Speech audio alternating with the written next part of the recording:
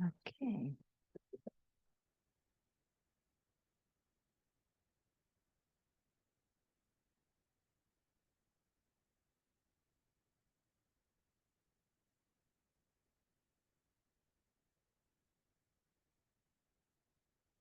Good morning.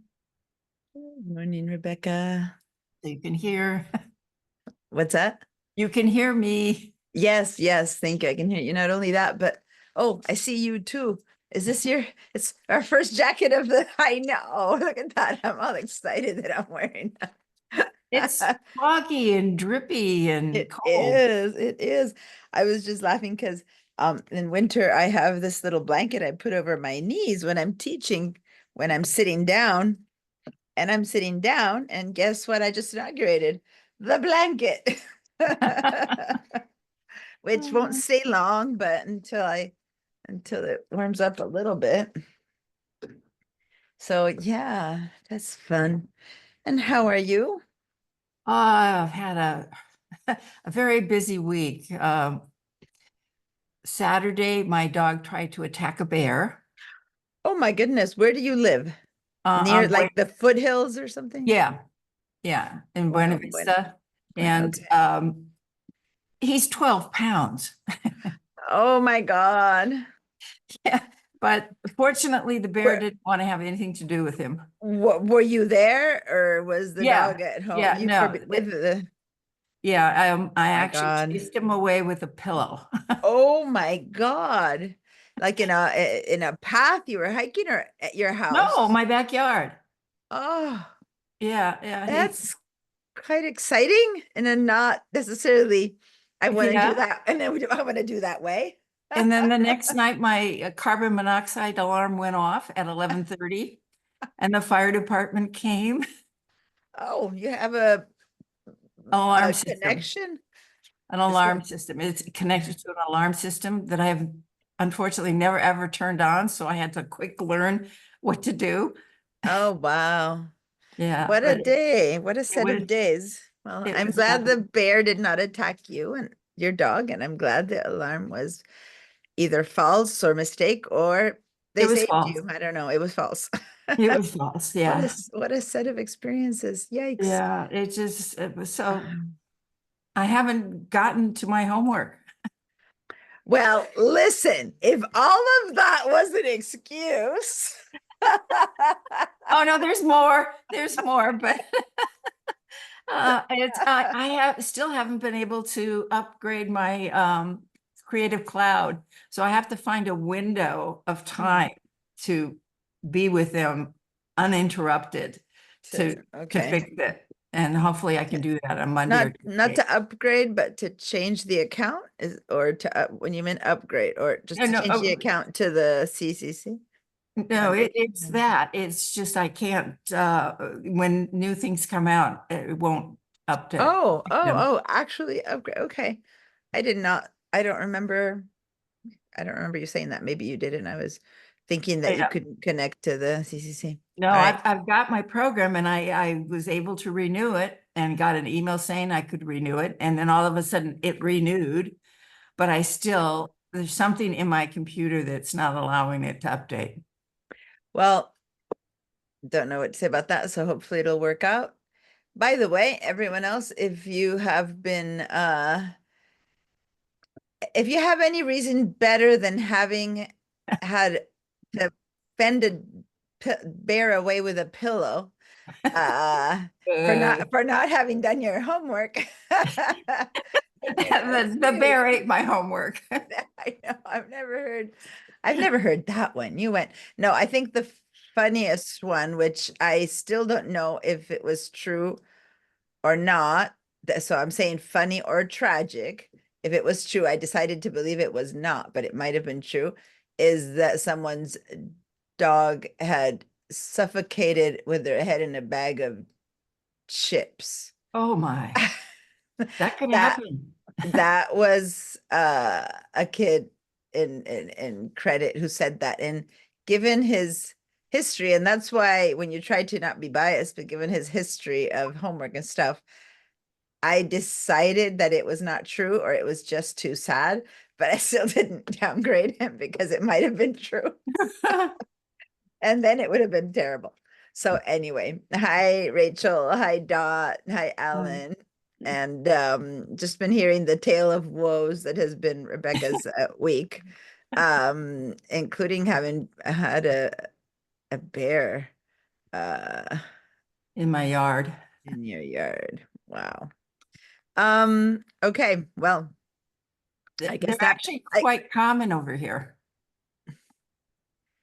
as long as you keep your trash out and do your best, hopefully they're not gonna harm you, but you never know. I, on the other hand, I guess it beats my faucet bursting out of waterfall of water and having to get in the drenched shower to turn off the thing and Oh, get no, the that's plumber worse. over. Yeah. That's worse. No. That's worse. That The was bear my left. The bear ran away. that was my thing this week. But anyway.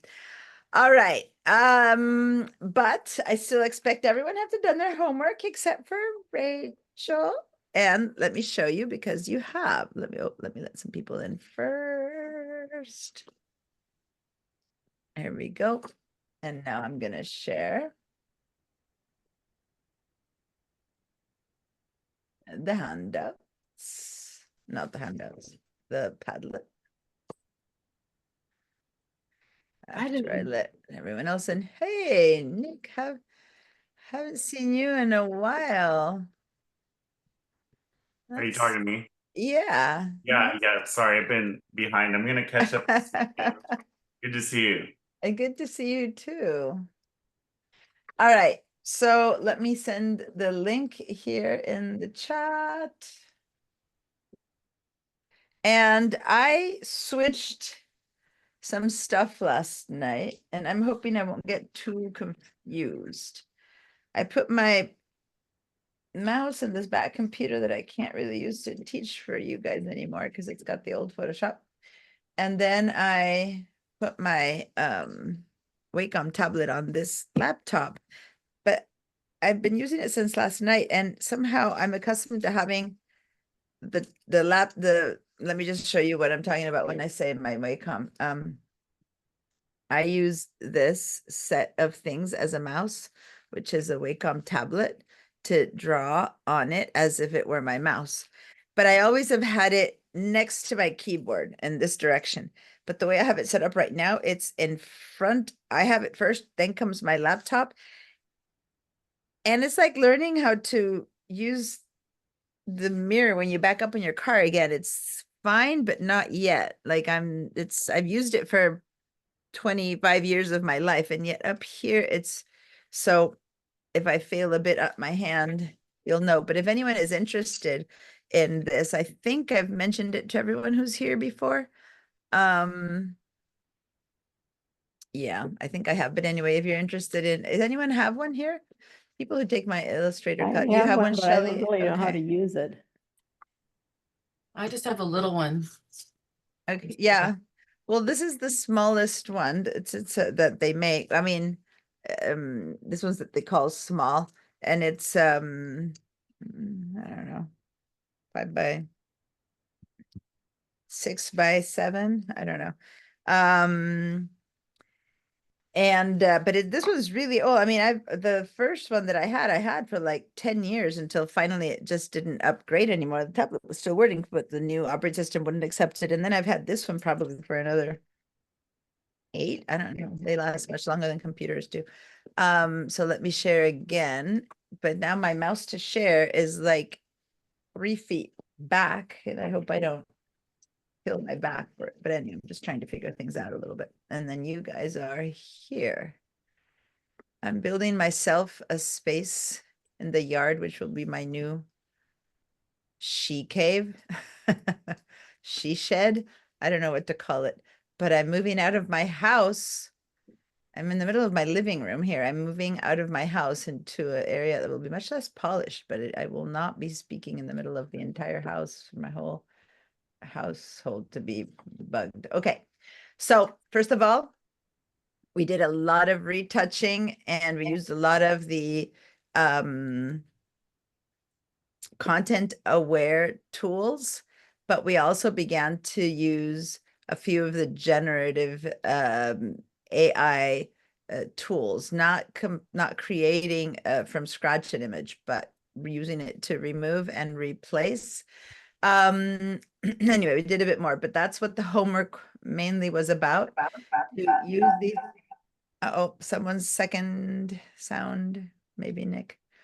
And I was hoping that you would do it on something that was your own photo, okay? Beyond the one we did in class. Of course, when I say your own photo, if you don't have a photo available, you can use one of my other photos that we haven't worked in class and use if you don't have one. But remember, I've also encouraged you to take a raw photo that was last week's photo homework. So give me a second here. It's not so that you can start using those for your homeworks. By the way, yesterday was the first day since COVID, which is more than a month ago, because I got it on my birthday. So it's a month and a week and a half a week that I haven't been coughing and wheezing. So I hope I don't anymore. It's like, yay, finally. Hey, Poppy, no. It's taken a while. And then I wanted you to use to compare the remove tool versus the generative remove tool. Okay, that was kind of a bit the request, the difference. It's a bit explained a little bit hard, but we're trying to figure out what's the difference using it in Camera Raw with and without generative tools, with using it in Photoshop with the remove tool, because it's different ways of getting to the same place. And it's not that one is better than the other. They have different features, and you might sometimes want to learn one and one time the other, especially now that we've been learning a bit how to do masking inside of Raw. We didn't do that last class. We did it the week before. So anyway, I saw up to here. I did not see this yet. This is new to me this morning and Ken's. But I had seen a bunch of the other images. So let me start from the bottom here. A lot of this is what we did last week, comparing different tools. Some of us had amazing results and some of us didn't. Okay, so I'm going to skip on that. And then I'm going to go to what Dot was doing here with all these pumpkin photos, which, by the way, is that your original photo or is it a original photo? It's my original photo. This guy in the dog park raises pumpkins, and that pumpkin was 1,486 pounds. Oh my God, here in Santa Barbara? Yeah, and in Goleta, and then he took it down to Irvine. He had a crane come and pick it up, and he got second place. Wow, a crane to take the pumpkin. But what I really was trying to do was having him be standing in a pumpkin out in the field, but when I tried to get rid of the building, it got worse. So here's the thing. A lot of what we did last week. So anyway, this is the original. By the way, I always say, and this isn't to criticize photography, but I always say, do your best, make it easy for yourself when you're taking the picture. But when you're taking the photo before, you might have not known what was possible or available, right? So one of the things you could have done, and I'm just thinking now, this is the situation. You look at this photo and you know you have Photoshop, you know you have the remove tools, you know that they're generative, but they don't do really well of doing it outlining certain things you're going to see in the future ones of hers. So then one thing you could have done, right, is either move a little bit to the left, move a little bit to the right, of course, if there's a field on either side. But even here, you could have raised your camera and taken a shot where his head is still against screen. Does that make sense? Or go down and have him against sky, whatever that is, and then just with your camera, give yourself enough versions that then you could play around to see. Now, this is probably just a shot taken that you didn't even think later of putting it in Photoshop. Yeah, but it was just now, like, I was taking a picture of the pumpkin, and then he ran over and put his arms out, so I quickly clicked it. just to show perspective. So you can don't always have the opportunity, but if you Yeah. can, you would avoid this in the foreground is kind of easy to eliminate, but that's going to be much harder because all the texture, but mainly because his body is on the line between greenery and wall and complicated fence. Like you could have tried to make it harder, you wouldn't have, right? It's like, let me put this guy in the hardest place to get rid of his surroundings. That said, you did some great attempts at it. First of all, look at that. All the lines. Doesn't it already look a lot more? Oh, see, now I discovered what's wrong with my system. I don't have my. Okay, here we go. That goes a bit better. So, well, see, didn't do so much better, did it? Okay. Come now, you can't show me a bit. No, it really doesn't like to get bigger. Okay, so you're gonna have to look at it this way. So, you have these photos. If you go look at them, so you can open them yourself. But look at that. Remember the fence that was here, right behind his head? Let me show you again. All of this is gone. Okay. Now, this was with camera raw with, you tell us, the remove tool I'm looking at this version here, erase the like generative fill. Is that what you did? Yeah. And these two? Okay. So I'd say that's actually very successful almost everywhere except for here. This is a bit weird, like the mountains coming down on the head or something like that. I don't Well, know if you that guys was the can- original picture, and when I tried to get it done, it got even weirder. Yeah, so what do you mean by original picture?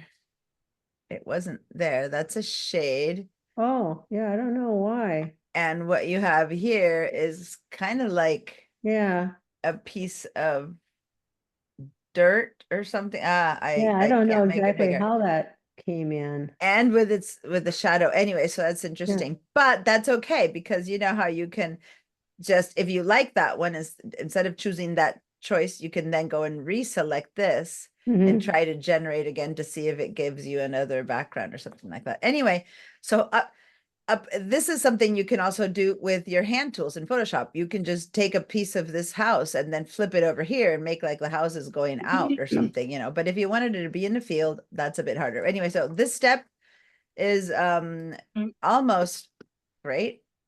And then over here with, in Photoshop, okay, with the remove tool. So look how many remove tools. Now were But I you, didn't get that odd stuff there. yeah, so the only problem, and you guys, you need to open this in your own computers to see it well because you can't tell, but it became a blur, a yellow blur, like the texture of this shed disappeared. Mhm. I mean, if you're just looking at the guy, that's great. That weird thing that was there is gone. But if you're paying attention, that isn't realistic because, it didn't suddenly get blurry. Now, had you had some kind of a blur on this whole area, like the camera lens was blurring the outsides and this guy's in the middle, that would work. But other than that, you need to try then when you lose texture like that, the computer's not going to recreate it out of the blue. But what you do have is a big patch here of exactly that texture, right? So you can do either copy paste, or you can use the healing tool, the spot healing tool, where you put your mouse here, sample, then you put your new mouse here, and then you start painting across, and it brings that stuff into here. Oh, Right. And so then you have a ton of it. Sometimes we have none. Like if you were trying to get, this little piece to fill the screen, it would be hard, but we have a big chunk of good stuff there. So anyway, some of this has been, when I say good stuff, has been recreated. This was done in RAW, right? This is where he had that fence behind him. He that had one was this done, I think, in one. Photoshop. See that? But once you have that, then you can recreate it. Okay, so that was great. So that's a combination of Camera Raw remove tool, Photoshop remove tool. And then now here, it got kind of weird because it just couldn't, I mean, given that you got, on this side, quite a good field, but if you look at this is the same, like this little thing here gets repeated over there. Like if you pay a little bit of attention, it's a complete repeat, and that Yeah. doesn't work. But this would have been a good place to generate some fake greenery. And then you can, with your healing tool, gently put it all around him. Here's a trick that you guys, do I have a photo where we can do, I'm trying to think if I have a photo in our, I'll look at our photos in a minute to see if I have one that, in fact, I'm looking at that right now, that might do this for us. And what I'm trying to say is, he's a very clear figure. It's very easy to cut him out. He doesn't have like long flowing, blowing wind or anything. He's very easy to cut out from the background, especially if you're going to put him against more green. So one solution to this kind of thing that you guys need to consider is cutting him out completely with a mask, right? Like eliminating from this background, at least this whole top background. And then, so this would be transparent. It would be not this anymore. Then you create a whole field of green, of this kind of patchy green or pumpkin leaves or whatever behind it. And then you put it behind him. Does that make sense? So it's like you turn one eyeball on and off, and he's just will be in the same position as now, but you won't have to be making something create itself around the real person. Did that make sense what I just said? Makes sense. I'm not sure if I would be able to do it, but Yeah, it's actually, let me see if we have one that I can, because that is something I'm going to show you, because that's a pretty key, we can do it with that little car, which isn't so exciting, but we can. I'm trying to see which other one we have here that might work for doing that.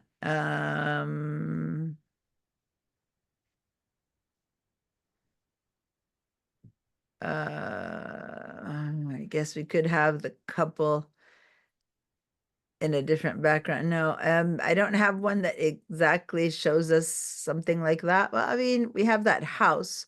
We could put that house against something else. Okay, maybe we'll do that. But if not, if you want to quickly send me the original shot, I'm not going to get it. And not the original one. Send me, if you have a version of this one where you already took the stuff away. If you can email me this, I won't make it perfect, but I want to show you what I mean about cutting him out. That's all, and putting something behind him. Okay. so I just email the picture I sent, put in.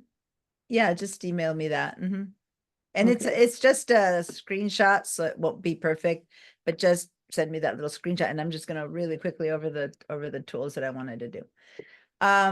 Cool. Thank you for that. Now over here, Rachel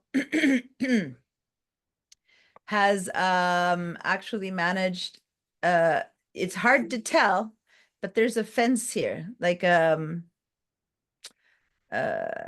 are these things called? Can you see it now? A chicken wire fence. I don't know how to explain it. I don't know. I remember the name. Against these leaves. Okay. So in this case, you used the Camera Raw tool to recreate this whole thing. Rachel, where are you? So I used the Camera Raw on the opposite side. You can see where it says before and after. Oh, thank you. So, because this fence kept going, Yeah. and you in the after did it, and you did on the whole thing, but you're showing us what was there and what was gone. And that's pretty marvelous. Could you have had any idea, guys? So this is what it looked like when they took the picture, and this is after. Okay, so now, since this is the before and after, in fact, her after means that all around them you have this, which is pretty pretty amazing. Would you have known you could do this before last week's class? Okay, this is this is like one of those things that feels like a hat trick, like a magician, like, wow, I can't believe that happened, because this texture, you can't Photoshop that away. Like, it's not even like, if it's sort of bright, shiny, silver, white against green, it would have been easier to Photoshop and there would have been a possibility. But on top of that, it's behind a very, very variegated surface. I mean, there's all tones of green. It's very detailed, so it'd be impossible to do it in one stroke. And then on top of that, it's so dark that a lot of the pieces just blend in. So that is absolute magic. Now there's a little bit of a weirdness here. Do you have any idea why or where? Was there something else here? Yeah, I had some older leaves in there and I reused the generative AI, so my brush may have been too big. Okay. And it's possible then that when you have a brush that's very soft, which helps when you're going to blend in into sand or into backgrounds, into bushes, that it was feathered. And in this case, these leaves are very sharp. So what you can do to, if you have something like this that you can't fix, I mean, right now it would be so easy to go grab your healing tool and then just do a little testing out of this texture, sampling with a healing tool, and then just running over that, and boom, it's gone. It's tiny.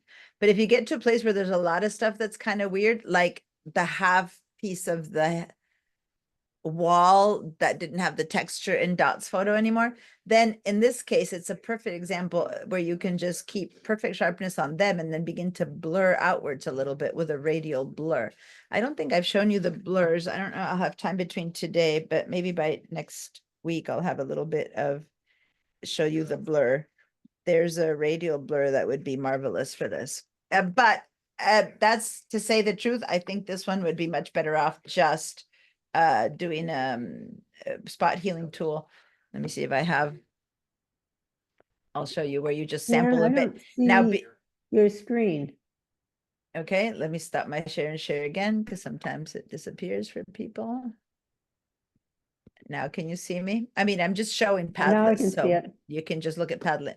But there's a bit of a weird little blur here. So it's much easier, and you have to be careful where you sample yourself from, because there's tiny leaves up there, big leaves up there. So you can't suddenly put a big old leaf here to look weird, nor little tiny ones there. So somewhere along the area where the leaves are kind of similar, you take a little sample and you just put a little bit of leaves in there with the healing tool. There's no need for any AI for that. You want to start not using AI for everything, because at some point it does begin to look a little bit fake.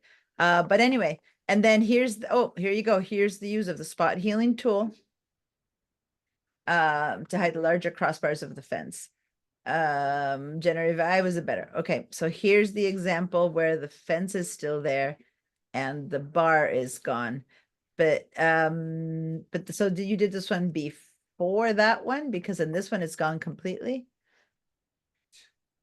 Yeah, so you started with this one and then you did this one. Okay, that's what happened. Okay, great. Thanks for trying. Thanks you guys for doing all this. Ken, you said that you couldn't find the images when you did a screenshot. So remind me, when you're working in VDI, so if you're doing a screenshot, for the most part, what happens is you're doing that on your real computer, not inside of VDI. If so, then you need to find it in your own computer. Are you on a Mac or on a PC? Remind me. I'm on a PC, but I was able to do it later.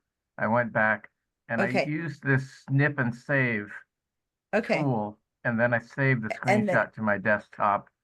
And Okay. then when I got into Padlet, I was able to locate okay, it on I my see you desktop. here. Oh, Yeah. because that's new from this morning. Okay, that's what I Yeah. had answered yesterday. Okay, and so yeah. you did do it. Okay, and Right. this is the image, and this is the wire gone. This is the one we Yeah. did the other day. Okay, great. I just Mhm. wanted if not to point it out. It's just that when you're on VDI, you could either do it inside of VDI and then it's in the VDI's desktop, or you can do it on your own computer and then it's on your computer's desktop. It's a little bit of and this one I haven't seen yet. So let's see.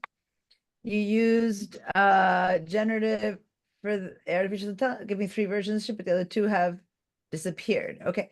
Yeah, I was doing that the other day and I noticed that once you kind of click on one, the others disappear versus leaving all your versions anyway. So this is the Right. before and the after. So I'm seeing a different chain Yeah, here. I erased the bottom one on the original on the left, and then I Okay. used the AI, and it created like a different necklace. Oh, that's kind of funky. So this is this one you completely erased on your Yeah. own or with the remove tool.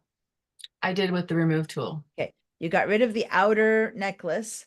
Uh-huh. And then did you select that area and say add one or how or in No, the same area? no, I didn't. I just hit the, And what was your prompt? Because it basically tried to imitate what was there, but when you did it, it was gone. So it must have remembered, like, what was your prompt? What did you tell it to do? I don't think I told it to do anything. I just, Well, but when you do a but you did a generative remove then with this? Did you ever get to blank where you only had one piece of necklace? That's what I mean. No. yes, I did. And then And then, if it's just because this is still the generative remove tool. what did I do? I feel like I'm gonna have to figure that out. I don't know. I thought I just hit, what did I do? What prompts are there? What buttons would I Well, I mean, if you had finished with nothing, you could have done and this is still inside of raw. Okay, I'm noticing myself that I thought maybe in Photoshop you selected an area and said add a necklace or something like that, like completely out of the blue, but not because actually what you did here, it's I'm paying a bit more attention myself. This is still in because I hadn't seen this one until now. You're still inside of raw. So after you got to blank, then yeah, I'm not sure. It's like it then generated a new necklace for you, which by the way, it didn't do a very good job because see, white on white, but also this is kind of funky, like it's a hairy, like I wouldn't want to put that around my neck. Ouch. but it's pretty amazing that it created a But different pendant at the bottom it and did. It completely did. And look, it picked up from that one, I think, to make that one. yeah. See there? Because it seems like the same thing. And it even put a little round golden thing. I mean, you had an end, the finial Yeah. or whatever here, and it went with something completely. Anyway, so yeah, it's great to see what the imagination of internet. So thanks you guys for posting all this. I'm not going over all these changes, and that there's something you have a question about, Rebecca, here where you went through all these steps, but I think this was just what you did in class, right? I didn't see a question anywhere, just all your steps. Yeah. No, that was Okay. class. I was impressed on what the computer can do. Okay, great. All right, so let us continue and we have a couple of different things, but you guys got an email? Oh, Nick, I wasn't assuming you would come today because don't get me wrong, because you haven't, not for any other reason. So I emailed the people who've been showing up with which quite a few are missing a photo this morning. Those of you who got it, did you get it? Yes, Download it. So it's a photo. If you can get it. Oh, maybe I did email it to you, Nick. Did I? Yeah. Okay. Anyone who is semi-active and active, I emailed it to you, and you were in the semi-active category. Okay. I don't know if you remember, but last week. Oh, I actually worked on the different one then. I'm back to this. Last week, Shelley had sent me this photo, or she had posted this photo and we were talking about it. And so I asked her to send it to me, and you sent me two. And I noticed that last night I picked the other one to start working on. But anyway, it would be, I think maybe you showed us the other one. I don't know, but for some reason I worked on the other one. So I want to show you over here that I said it last night. It was midnight and I went, wait, I told them I would show something. So, night owl that I am, I just decided the best thing I can do with my life right now is do this instead of sleeping. Anyway, so I didn't spend that much time, but don't worry. But you'll see it's pretty rough, but I wanted to give you guys an idea. So everyone go ahead and open it because I'm gonna have us all work on it. Thank you, by the way, so much, Shelley, for generously letting us work on this. I don't With think the I earrings got it. open with the pink background? Yeah, the one with the pink background. Who said you didn't get it? I don't think I got it. I have an email from you only. You sent it this morning? Yeah. No, last night. Oh, okay. But it's in the handouts, by the way. I just didn't know because, for example, this is, let me stop my share. Where do I have? Oh, I don't have Safari open on this one. Yeah, it's in the class. I have it. I found it. There it is, handouts. And since Ken is on VDI, he wouldn't be able to open it from an email. So I put it in the class handouts as well as as emailing it to you guys. So, so Ken, you don't need to download it because you'll find it in the Google Drive. Okay. So now let me share my screen. And in Bridge, here's the one I'm talking about. So yeah, I guess it's the first one I downloaded and I just went with it. So here's the one that she sent, which, by the way, these screenshots or whatever, they're tiny resolution wise, right? Or I don't think they're screenshots. I think they were taken with my phone. well, but if you have a new phone, we're gonna keep talking a little bit about that, but image wise, this is 72 PPI. So if you were to try to print it, it's a 2x2 image, but maybe you just want to put it on the internet. But your phone wouldn't have taken something this small by default. If this is the one, it's something happened to it. Maybe when you emailed it, you Diane, made it. I download, I got it, and it's 8.4 inches by Yeah, 9. yes. See, in it- pixels, it's 610 and 6. Yeah, so 8 by 8 inches means nothing when you're at 72 resolution. This means it's for the internet, and then all it means it's really at 610 by 640. Unless you want to print it on a little business card, then it's But you know, 2x2. When I emailed it, I picked medium size, so I didn't send it. Okay, so that's probably what happened. Okay, so that's what I was going to say. Something happened in the transfer because a camera doesn't take something this small anymore. I mean, unless you have like a iPhone 3 or something. Should I send a bigger one or is that good? No. We're just, you're the one who has to do the job on yours. We're just learning with it, but just warning you to make sure that you were aware of that. That's all. Anyway, so here what I'm going to do is I'm going to do Command Plus, which is I'm going to 200%, which since I have a Retina screen, that's still okay. If you guys don't have a Retina screen at 200%, you might begin to get some pixelation already. But anyway, I guess I opened this one first. And so, one of the concerns was that you couldn't see the facets, or at least the comment that I had made last week. And now I'm aware that was it on the other photo versus on this one. And let me get over here to once again, to the photo that I'm talking about. Here comes Jinsu.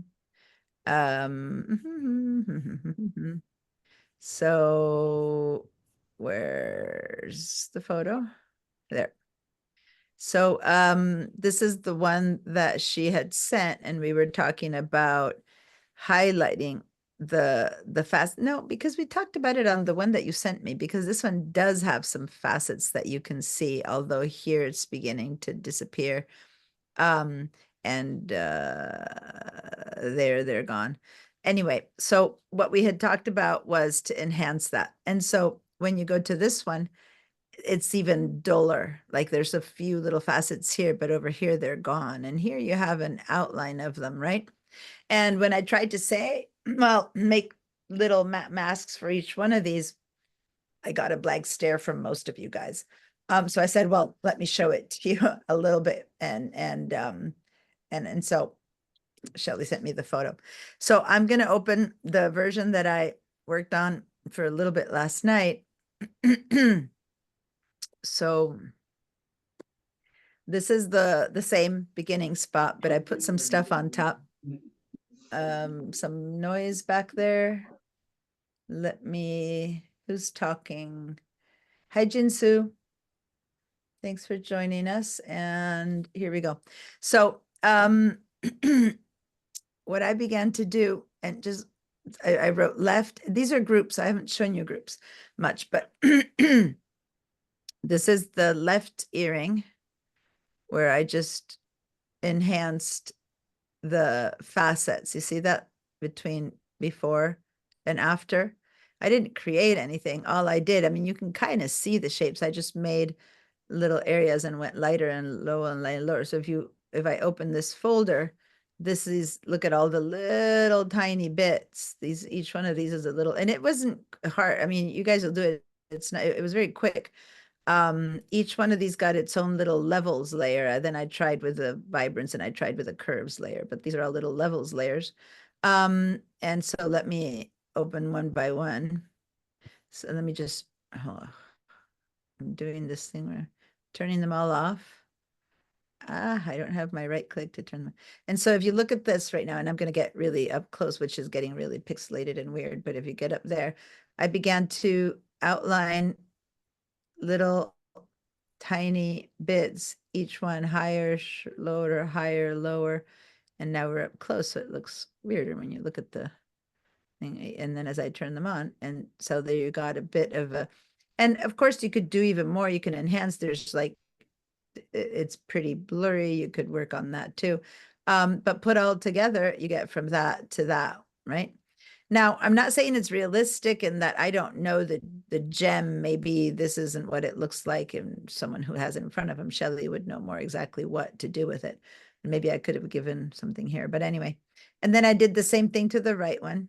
Now this one, I did it much quicker and with a blurry photo because I was in her, I tried some different skills, and it's less, I used two different things for this one or for that one as far as how much fuzziness. So it's a bit softer, but basically this is the before and this is the after. Okay, I kind of like what happened there more, but trying. And then on this one, I think I tried, I don't know which one of these, I tried some color. Oh, this is the, look at these guys, the red garnet, I believe, which is looking like very dark. I just added some vibrance to it. So then that little bit of color that's popping in off and on represents a bit more of the actual color of garnet, right? It's still very dark. I could have lightened it. I could have done other stuff, but all I did was just add some vibrance to that one. And it's just two. I could have done it bead by bead, but I just did one for the left and one for the right there. And then, so it's a levels and a vibrance. And then I looked at it as a piece and decided that it would be better off it were, when you look at the whole thing, I get distracted by this bright spot here. You guys see that? So I started trying, first I just darkened the area, and then this got really, see how it's a bright pink as opposed to that because it's lighter. So even though I darkened it, it became a really intense pink. So then I ended up kind of replacing it. So I played around, by then I was obviously very tired. I tried too many things, but anyway, and then I made it all much darker. So let me just show you the steps. Not that any of these are right or wrong. It's just things that you do and try out. So I think first I tried to just darken the area. So here's my first layer. And it kind of worked a little bit, but not that enough. So then it was too bright. I felt it kept fighting. Then this is making it a bit duller. Then I ended up putting a piece on top. This is actually, I copied a piece from here to put over there. So now you see how the wood also got darker, right? Then I decided, okay, this is still competing. This is still too bright. So then I decided to darken this a little bit. It's just, you know, you have your own choice of what you do to your photos. This isn't the right way. This is just what I did last night. Today, I might do it differently. Then I decided to darken everything a lot and looked at that and said, whoa, the earrings really jump out at me. I'm not sure that I like it so dark, but at least you can see the earrings more. Then I went even darker in the background. Because what you're trying to sell is the earrings, not this wonderful piece of like, you know, Indonesian sticker. That's what at least mine, the one I have like that is an Indonesian thing. And then I went like darker, and then I went, nah, it's too dark. And then I lightened it. So anyway, the thing is, as I was playing around, I finally said, you know, it's time to go to bed. So I ended up with something like this, which I can take on and off any of those because they're all in different layers. And then I said, well, I would crop it, but if I cropped it, I would have done some damage to it right now to show it to you. So I just faked a mask, and I thought just get rid of some of that extra stuff. That's better. So now at this point, I've approached it. So if you look at it from before and after, other than I think I went a bit too dark, but if you look at this or you look at this, I certainly think that the earrings jump out much more at me. I would probably not have been competing with pink. Like the best thing here might be to make this be a bit of a more neutral color, right? But I didn't go in that direction. But then I did one more thing. It's minute, but this line, either you should have it at an angle or straight, but it's a little bit off. So I straightened it, and then I did a little bit of spot retouching on this one. So let me get a bit bigger. If you see this one is just, I just straightened it a tad, and see all these little tiny bright spots there? I just, with the spotting tool, stopped them a little bit so that the shine, the only shines you see are on these themselves. And you didn't even notice they were shines. I mean, it's a piece of wood, but you take them, there was a hair here that was bothering me, like a weird thing. So when I took that out, I went ahead and kept retouching here and there in 2 seconds. I got to that. So anyway, other than I think that I went too dark here, this is the before, and oh, sorry, this is the before, and this is the after, which I think is better. Now, I have to say, once you get good at this, it doesn't take too long to do that. As usual, I say, start with the best photo, but once you have it, you can work on it a little bit. And everything I did here is just masking levels and vibrance, nothing else. There's so much more you could do. Oh, well, and the little spotting out of this stuff. So comments, and then we're going to give it a try. What do you think? What would you have done differently? Do you prefer it? Do you not? My feelings not hurt. Okay. I just did this before going to bed, thinking, let me just do the facets. And then I went ahead and put a little bit more, but in a way, this is where it becomes artistic, right? Everyone can take this in whatever direction they want, other than that you're trying to sell this. So you can't make these look like a rock that it's not, okay? Because Shelley can't make it suddenly look, you know, purple or green or whatever. You can see So, me taking the photo thoughts? and all the garnets. That's the thing that's bothering me. Yeah, that's true. And it's so hard unless you have a tent. So the only way, can you guys see right there? It's not so much bothering me that you see you, because only you see it's you. It's bothering me that the shape, instead of looking round with a nice little shine, it looks busy. So when you take a picture, and this is the only way you can get around that, you have to create like with professional photographers have a big white mask with a hole where the lens pops through, right? And so what you end up having here is a big white, the typical shine on a side of a balloon or whatever, and it'll just have a little tiny black dot in it that you can then retouch. And there you go, the perfect little circle. But you need to mask yourself. And so you would be looking at it from the side. Does that make sense what I'm saying? So you put a sheet of How do you do that with a phone? Well, that's what I'm saying. When you start, let me just say that when I went to Brooks School of Photography, one of the assignments, one of the hardest assignments was called, it was a shiny ball on a mirror, where we had to just deal with shines and lights and whatever. You get really creative, but guess what? The camera's on a tripod and you're playing with all these things that can shine into it. to dull it. If you have a phone, you get a tripod for a phone. You know, you can get a normal tripod and put a little phone extension. You put the phone up there, and then you start putting, you know, foam boards, and you shine it from the side. Like, as I said yesterday, I can't teach you photography here. I'm teaching you what comes after. But from the beginning, you could have shined, reflected a little bit of light back with just a piece of white, even a white sheet, although sheets aren't very reflective. Nothing better than that kind of foam core, you know what I mean? The board, it's shiny enough that it doesn't give you a new shine.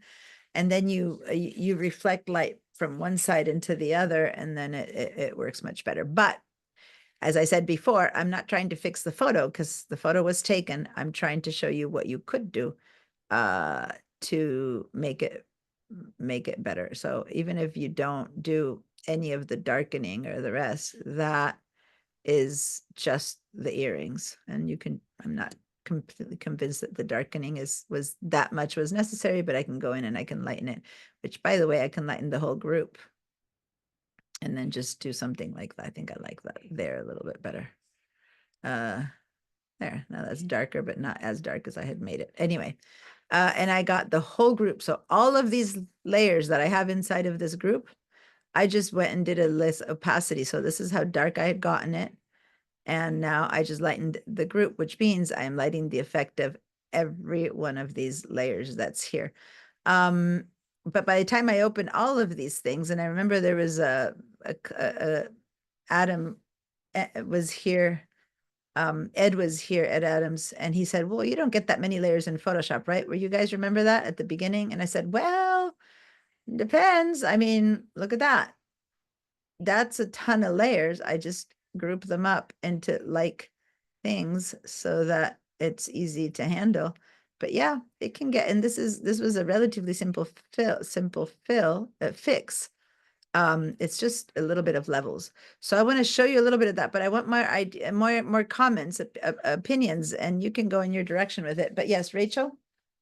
Yeah, I was curious why you chose to do a left and then a right earring, because they really look like two different gems now. Yeah, because as I said, I tried 2 different techniques of selecting, and I started with one. I think I started with this one, and then I didn't like that it wasn't it was very kind of hazy. And when you actually look at the gem, it's not hazy. When you do see the facet, you see it pretty sharp. So then I said, well, let me try on this one. And I took much less, I put less fuzz on my selections, and I think it looks more realistic. So yeah, because I was playing around. Now, if I were to make this be the final image, I would grab the right one and I would do the same thing I did with that one. Does that make sense? So that's just because I was playing around with different ideas. I've never had to do something like this. And so you just test things. Would it have been possible to select this drop and say to, you know, artificial intelligence, change it, whatever? Yeah, if this was art, but this isn't art. This is a photograph of a piece that needs to get sold. So you can't generate your way around it. Does that make sense what I'm saying? You have to, it has to be true to the piece that they receive. So as fun as it is to get rid of fences and backgrounds and stuff, this piece has to look like when they receive it, they need to say, I bought it and I know what it looked like, and it looks very similar to what I bought. And it's possible that when you look at this piece, all of this is too much, and this is actually more like it. I don't know because I don't have the piece. It might have not been this faceted. I followed what I could see there. You can, if you get up close, you guys have the Can image. you open can those layers? You can kind of see that. Yeah. So we're all gonna go ahead and do this now. Which one is this one? This is the left one. Yeah. So Oh, I see. It's let weird. me show you a little bit. So I don't even know where. So here, I'm going to show you this, this mask. It's just that. And I made it, I don't remember, lighter or darker. Let me see. Let me get I think this one. So now see, there it is. I just made it a little bit lighter, a little bit darker. And I tried with different, so all I did is made that little shape and then made it a little bit lighter or darker. Then that's the next one there. And there it is. It's a little bit lighter or darker, right? So it's just tiny. And here I had done a much fuzzier selection. And you can see, I had more fuzziness on my selection, and I thought it was too fuzzy. So the next one, I went a little bit less fuzzy. See that? And I think for the rest of the time on this one, I stuck with that. Is that, are you talking about the brush you made softer or? Yeah, no, I'm going to show you right now. I didn't use a brush. Okay, so let me just, everyone opened it, hopefully. Okay. And let me go to the undone one. So here we go. So I did it on my other computer where I had more space. This one is much smaller screen and farther from me. Let me turn this off. I did it on my other computer because it's easier for me to work on it. I don't like working on laptops, but it has the old Photoshop, so I'm not using it to share anymore. Okay, so this is, let me just get much closer to this one. And then all I started to do was I went to our selection tools. Can anyone imagine what selection tool I used? Who remembers which are the selection tools? Did you use a quick one or? Nope. So by the way, there's a new selection tool you might have not used yet. I'm going to click and hold. These are the main selection tools, other than the rectangle and the elliptical tool, or the quick ones, the automatic ones. Now, there's no way that the quick automatic ones would have known, because this would select the whole object. This would select going to the edges. And if I had used this one, it would take the whole thing.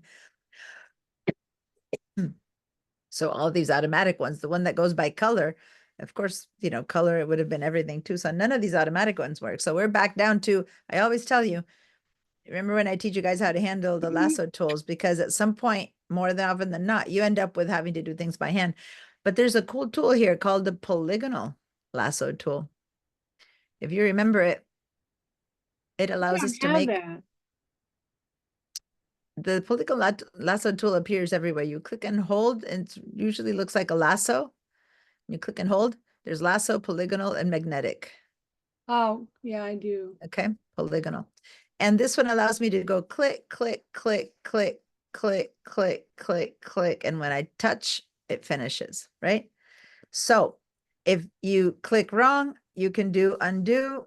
You have to finish it and do undo, okay? Or if you like click and isn't what you wanted to go, you can't like Command Z your way out of it. You can, if you hit, you can hit delete, delete, delete, delete, delete, delete, right? So everyone just grab and do a little shape like that, just in this area. We're testing it out first. Okay, so grab it, and then it's like a little spider web that follows you. And I've used it sometimes for doors, windows, and stuff. But it's not many times you can use it, because not many things are a perfect rectangle or perfect whatever. But it doesn't close. It doesn't turn into a selection until you touch. See how the tool, here, see how the tool, when I go and touch back where I started, gives me that little circle underneath it. I don't know if you can tell. Under the arrow, it goes zoom, circle. That means you've touched the beginning. And then when you touch that point, it becomes a selection. If you've managed to do that, then what I did over here is I began to go, and you can see them. You can kind of see where the facets are. So I did that. Now, it's such a small resolution file. I think on the original one, you can do more. You can play around more with the pixels. But I tried to do 30 pixels, which is what I would have done had this been a high resolution file. And when I did something like that, it told me, nope, no pixels are selected, because that's when I went and looked at the size of it and went, ooh, there are very few pixels, because what I'm trying to do is make it fuzzy 30 pixels back and forth. And actually there's probably very few pixels in there. I went, ooh, okay. So then I went down to 10, and that was still not very good. Oh, that's 100. Okay. So then I went back to, let me escape. So I went over here and I tried with 10 pixels, right? And what that means is how fuzzy your selection is going to be. So let me just show you. This is only I made a little rectangle or a rhombo, but it turned into a circle. Look, I make a really sharp shape. When I let go, it turns into, because it's so fuzzy, that say that I did try to make a little soft area here, it's just very fuzzy. See that? That's still very fuzzy at 10 pixels. So I decided, you know what? And I went down to 3. And this one I did with 3, and it was still too fuzzy. So then when I went to this one, I ended up with just a 1 pixel of fuzz. That's all I ended. I think that was the best choice. And that's the one I did here. So with 1 pixel of feathering, and that's only because the photo is so low, because she sent it in low res mode. Probably on the real one, Shelley, you need to actually do more pixels. It depends on that. Now, if I go make a little circle here and try to make a levels on that, you'll see that it's sharp, but not completely sharp. See the edges? Yes. So that's what I ended up using, just a 1 pixel worth of feathering in my selection. Okay.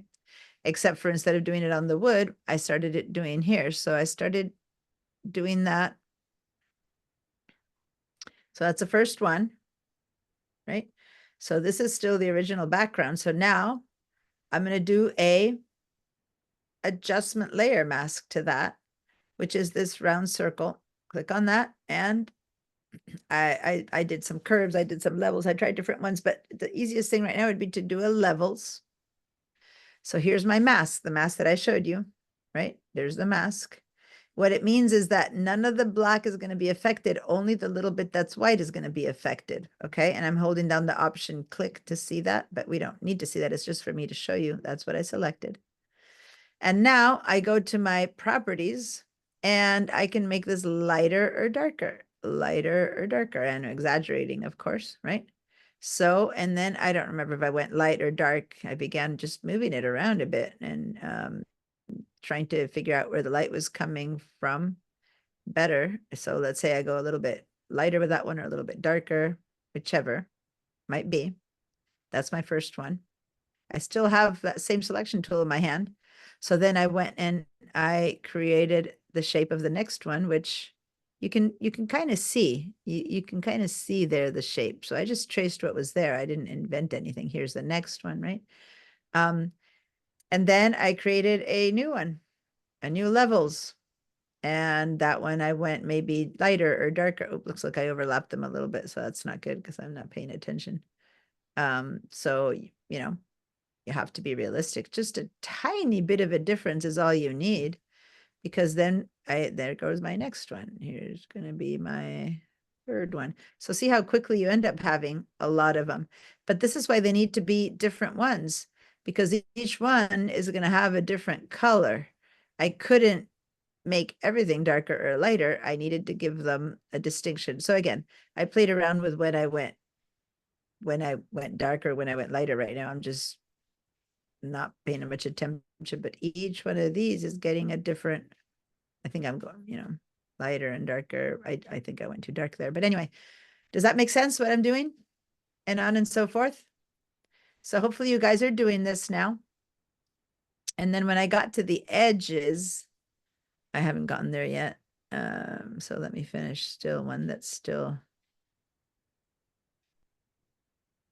I don't remember if I already did this one as an edge or not. I might have.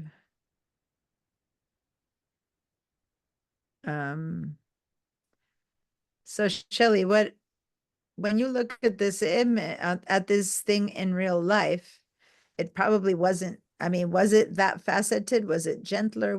What's up? It's pretty faceted, but I mean, it doesn't look, it looks a lot more, you know, the distinct here. It's kind of like in real life, it's just kind of shiny. You know what I mean? It's not so. Yeah. So the important thing is to be subtle. So like if all you do, and I'm going back, you see guys, now I have these done. I haven't finished the whole side, but I have like whatever, 4 or 5. I click on this part of them and I start, and it's better at first to be really obvious, right? Make them really distinct. And then you go back and begin going, okay, I'm gonna just touch it a little bit here, a little bit there, right? And so, and then you go back to this one and you go, okay, maybe a little bit more there, and then that one. And if I don't remember which is which, you just turn it on and off and you go, okay, that one, okay, I go to that one, went too light, right? So by the time you're done, it becomes much more subtle. There are some that are getting the high shine. Not that many are going to get the high shine. And so anyway, by the time you're done, here's what I wanted to say. This part is weird because it's a circle, so you can't draw a line. So I just went click, click, click, click, click, like tons of little clicks, because this is so fuzzy, it'll kind of look like a curve when you're done, right? And if you don't think you clicked on the right place, you can hit delete and keep, so just many, many tiny little clicks. I went much bigger, and then there and there, just tracing what's there, right? And other levels. So you first make it really dark, really light to see if it kind of matches the space. And then you give it a choice if you're going to make lighter or darker. So now by the time you're done, ideally you start with them really, really intense, right? Like really sharp, like you can really see them to make sure that you got the facets right. And then you just go back and begin to see, well, should I go darker on this one, lighter on this one, right? And then, but when you're done with this, how was I turning them all on and off? So this is now all what I did off and all what I did on. Right? So it's much more subtle than this one where I had big jumps because I was tired and late, but now you're just doing much more subtlety. And then you do it. Another one there, and then here, follow this corner a little. And there. When you don't finish it, when you don't touch it, it kind of comes, you need to look for that final, that ending point there. And here's another one. And I'm thinking it might be going a bit darker down here, moving it up. So hopefully you guys are all doing this and working with the levels. Any questions? So right now, let's just finish one side, you guys, and I want to show you how to group all this. And then it's up to you to do more or less of it.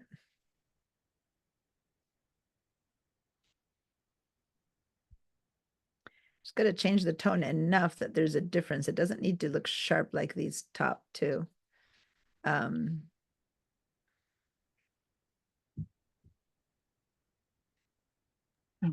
That's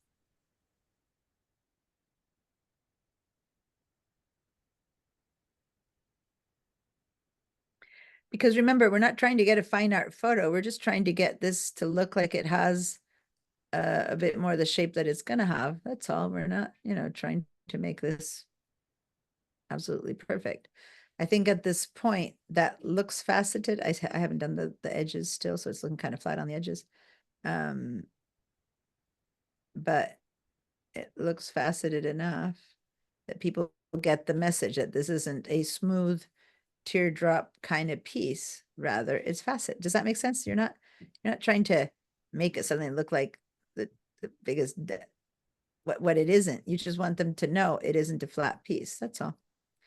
And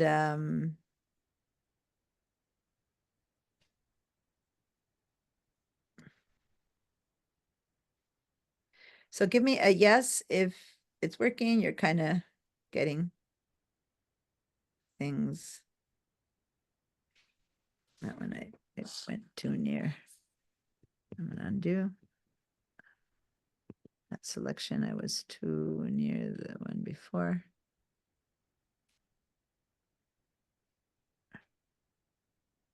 And yeah, as you go down, maybe it is better to maybe give it a 2 pixel to get a little bit hazier, because this is sharper and it's blurrier at the bottom. The image itself is a little bit blurrier. So if your selection is a bit blurrier, it kind of matches what's happening down there.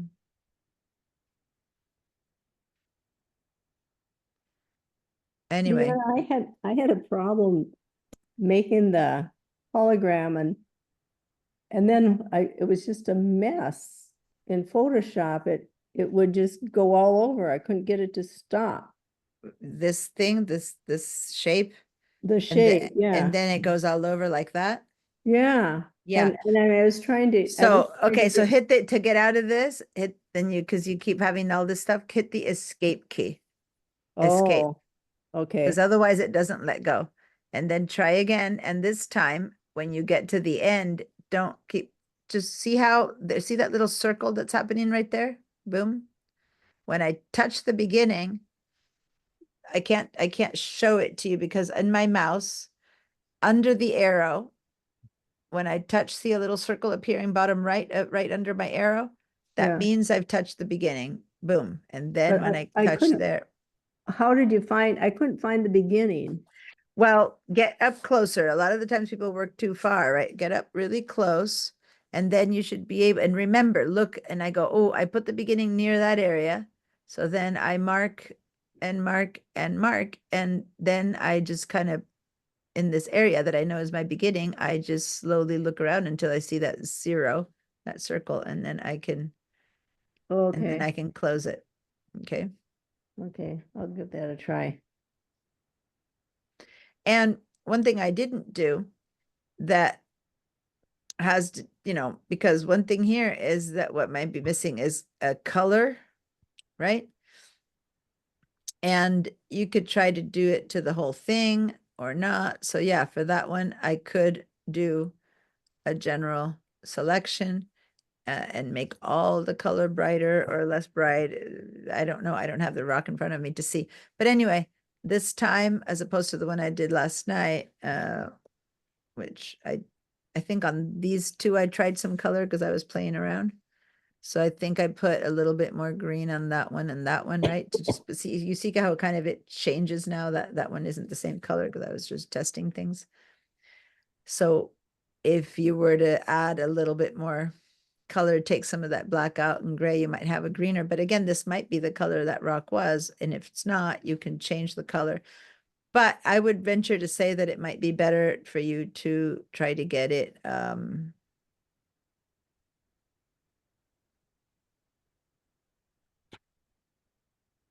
try to get a, I'm going to show you what to do about the circles now, but to just to get a bit more of a,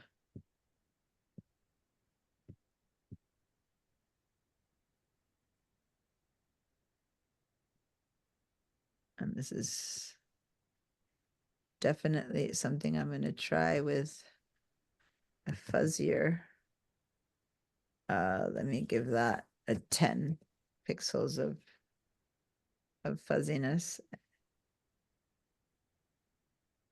So now I'm giving a little oval to this thing, and this is just, I haven't tried this, so I'm going to try and see, and then I can work on it with a mask, but I'm trying to make a little oval in the center of this. And I'm going to make, this time I'm going to give it a vibrance. I have no idea what it'll do. So now, so can you see the color going kind of from a bit brighter to not, to nothing over there? And it's just subtle, it's not a sharp thing. So then that might work. If it looks more like the image, I don't know, like the color. So there's the before and after. So I'm going to zoom in again. So if you look at this, that's all I did. So it's not the right shape or anything. It doesn't have to be exact. It's a bit fuzzy. And then you know, this is like extremely saturated. So you're really creating a whole different color that it probably isn't. I don't know. Shelley can tell us what the color was, but that goes from being kind of gray to having a little bit of color. Maybe it does need more. I don't know. Play with it. But it's just a gentle, soft thing that falls and gives us an idea versus it being a precise, perfect. But if you think like Right. over here, okay, yeah. When I go back into a level that I adjusted Mm-hmm. and I try to readjust it, Yeah. I'm not getting just that. Okay. So this is the mask, right? This part of the levels is a mask. This part is the properties. I'm So not seeing it. I'm seeing, oh, okay. if you Oh, double I hear click you. on that, then it appears and then you can play around with it. Thank you. I You're wasn't welcome. doing it right. No, it's fine. That's why we're doing this. It's nothing better to learn than something that's real, even if it's not your earrings. It's more like, makes more sense than trying to put a horse in a piece in a, I don't know, on a moon.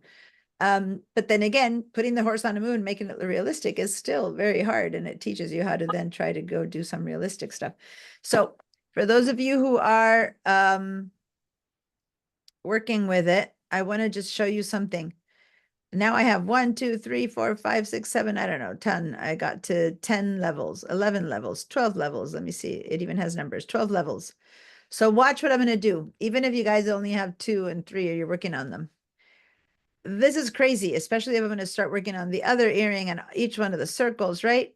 So what I'm going to do now is I'm going to group them. Okay.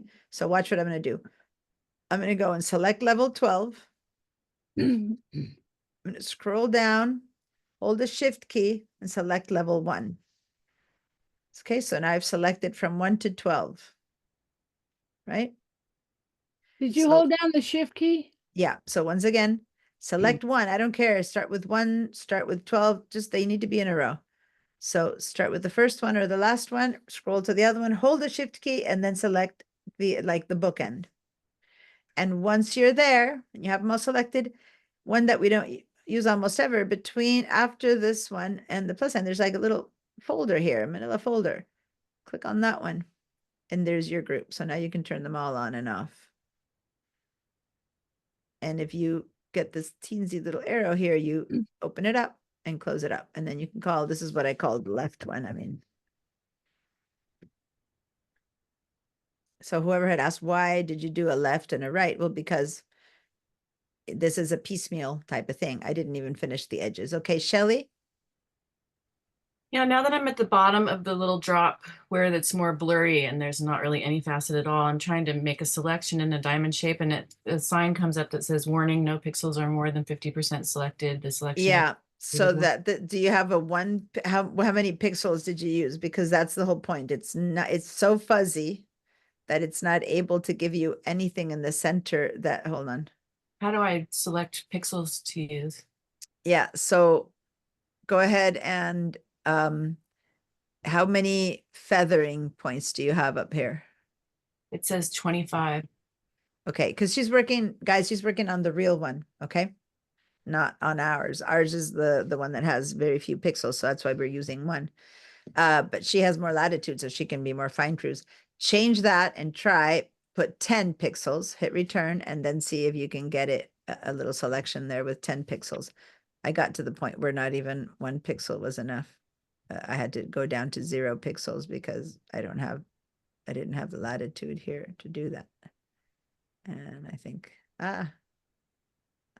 did that help? I'm seeing here. Nope, it didn't. So let me finish this one only because I did it. I'll try 5. So let me explain. I'm going to use a blank. Let me open in. I'm going to make a new file here. And I'm going to look at my screen, guys, for a second, if you're in the middle of doing something or not.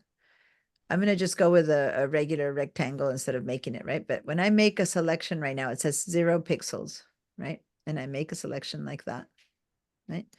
If I try to, and I'm going to just fill it, I'm just making a little black dot.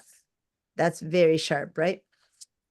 When I give it, and right now I moved to actually a high, you know what? The one that I just created is high, so 1 pixel will do nothing. So I'm going to just shift to 25 pixels, which is kind of like yours. So now when I make a selection, it looks straight, but when I fill it, see how it's rounding its corners a little bit? And when I fill it, sorry.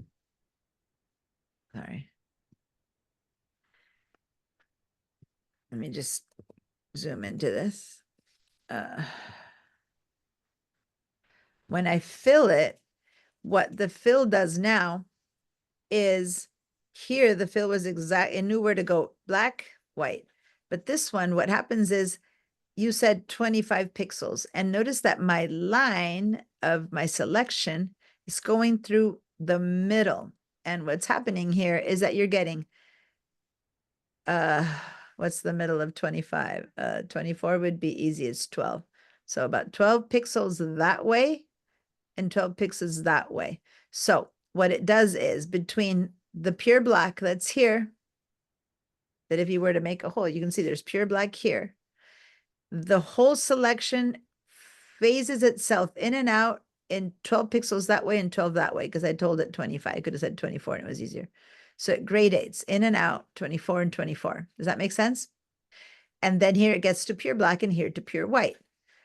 Now, if you're trying to do the same thing with a tiny selection, right? It goes, no pixels are more than 50% selected. The edges will not be visible. And you say, okay, if you tried to have that be the one that you fill, I did it. I don't know if you can tell.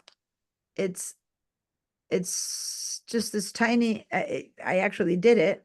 Let me just do it a little bit bigger so it's a bit clearer. I'm going to make something about yay big. I'm still getting that message. There's just not enough pixels between the edge and the middle to get 25 from each edge. So when I fill, it's giving me a little black spot. There it is, see? But it doesn't have 25 in and out to get all the way to black. And so it worked, but it's telling you I can't even outline it, and it won't make, because it's too small. It's smaller. The shape you made is smaller than your blur. So you're only going to get about yay that much. Does that make sense? So maybe that would be the smallest we could do to fully get. And even then it's not getting to full black. And why? Because 25 in probably finishes there. 25 in probably finishes there. So over here, you don't get to black, you get to gray. Is that an answer, Shelley? I mean, do you get the message of what's happening? Yeah, I do. But my So question you're is- trying to get, so what you need to do is make your selection less feathered. That's what I said, try with 10 only. And then try to select that area. And with 10, you might be able to get that selection, which in this case is probably something like that, right? it worked with 5, but it goes into a round shape when I select. You know, It's yeah, so then maybe you need to go down to 2. You know, as you can see, this one I'm down to, I think here I made it 1 pixel softer. Let's try 5 pixels. It's beginning to round itself off, right? Because these are small shapes. There you go. 1 pixel, 5 pixels, 25 pixels. Okay, now let me try with 10 pixels.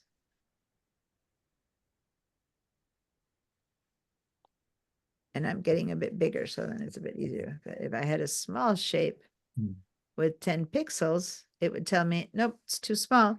Because then when I try to fill it, that's all I got. Is that making sense, you guys, what's happening?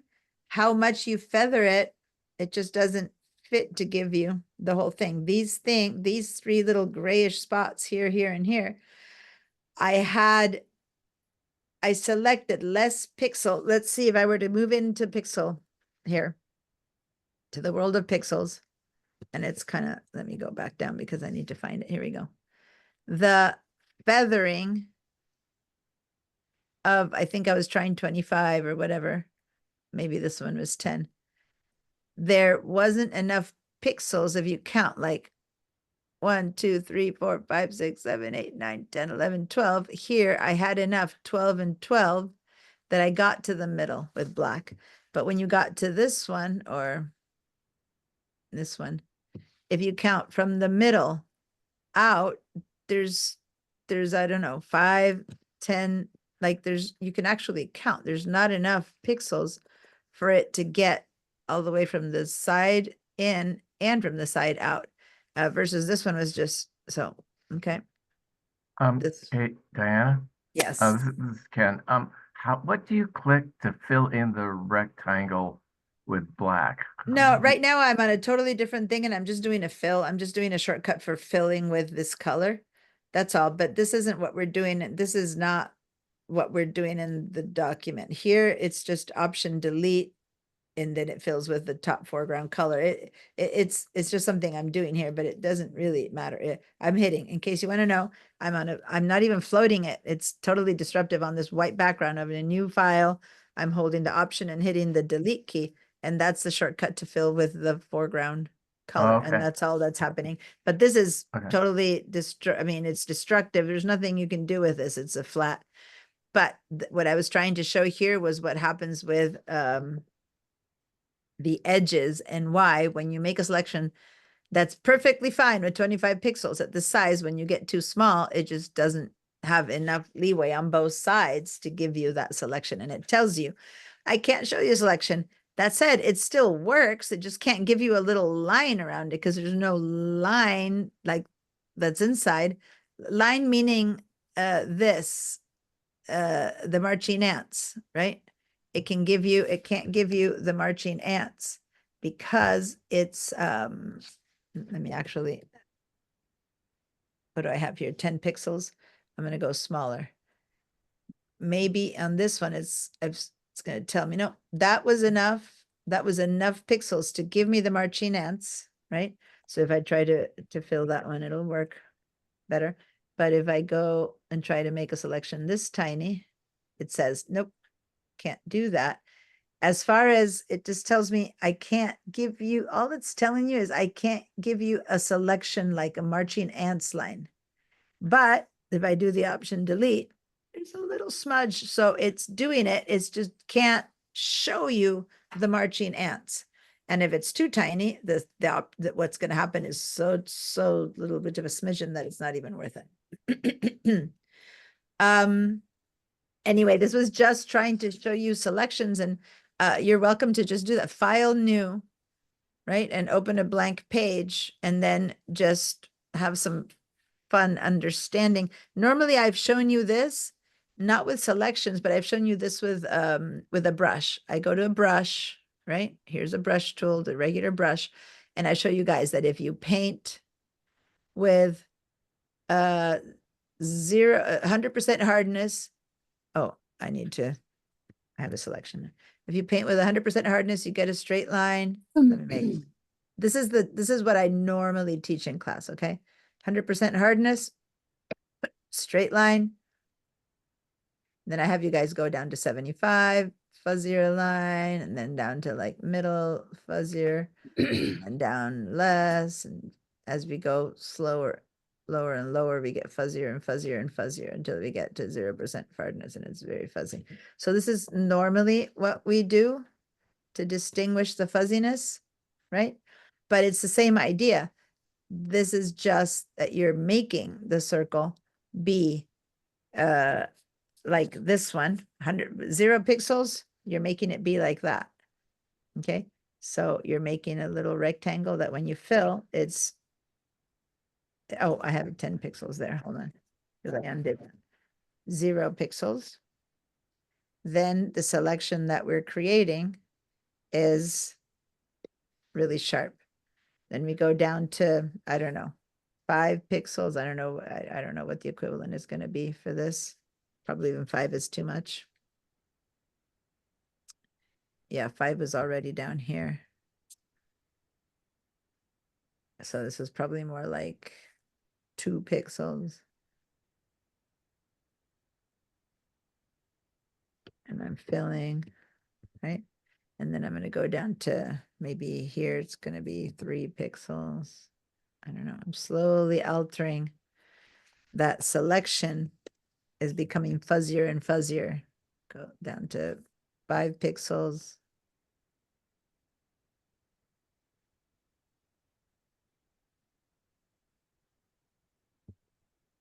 Does that make sense?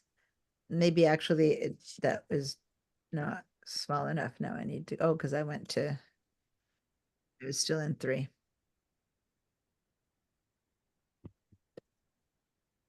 Admit, okay. You guys still there? I thought I'd lost my, okay, my Zoom, because I just let someone in, but I thought I made a bad shortcut. Okay, and so on and so forth. You see, all I'm doing is changing the pixel size and my selections are getting fuzzier and fuzzier and fuzzier. Whereas before, in the past, we changed the hardening of our brush. And then maybe I'll go all the way to 15 or I don't know, 20 pixels. I don't know, the equivalent. What it would be. That's softer actually than what this one is, but there you go. Rebecca? I made a group, but how did you collapse that group? Okay.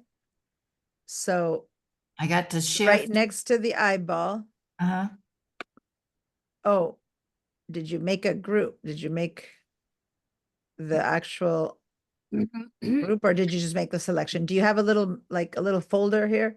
No, I have the selections are all linked. Okay. So then let me back out of this. Hold on. I didn't mean to do that. Hold on. Give me a second. I'm going to move him out and do that again. Okay. So you said, actually, I need to do more out. I'm just redoing it, getting rid of the other thing. Okay. So here's all my loose layers. Hi, Sue. Thanks for joining us. How are you doing today? Good morning. All right. So here's all the layers. So you select the bottom or the top one. Go to the furthest one, hold the shift key and click. And that's what you have, right? You have the selection. Mm-hmm. Okay. Now at the very, very bottom down here, next to where we do our adjustment layers, there's that little shape of a folder, like in the Mac, that's a folder that on the computer that looks like. Click one time on that. And there it is. There's your group. And then you open it and close it using this teensy little arrow that's there. And if something made it into the group that you didn't want, or something needs to go in, say this has to go in there, I can just grab it and drop it, boom, and it went in there. Or say if this one you don't want in there, you can just go boom and take it out, and now it's out, right? You can still keep adding more facets in here and keep working. I'm gonna turn the vibrance off. I haven't done one down here, for example, yet. So I'm gonna grab my tool. And I left it, I think, with me at 1 pixel. And I think I'm still need to make one down here at the very bottom. Okay, I'm ready to start seeing things showing up in Padlet, okay? Mm-hmm. Or sharing your screen. So this time I went a little bit darker on the bottom edges, and I think it might work a bit better, although it might not. I just need to play. Oh, that's the top one. I need to find that one. I need to turn them on and off. It's hard. You can't. This is where the limitations of calling something doesn't work, because how are we going to know what? Here, that's the one I was looking for. How are we going to know the number? You can't call this one facet on the far right bottom, you know, so you just need to start turning it on and off a little bit to do your best to hopefully see them. I mean, you can do folders within folders. You could have like right side. So let me just show you on this one that I already did. I have background, left, right, and vibrance, right? Well, maybe I would want to have both earrings in one. So I can just select this one and this one. So now I'm selecting the whole left folder, the whole right folder, and making a folder of that and just call it earrings.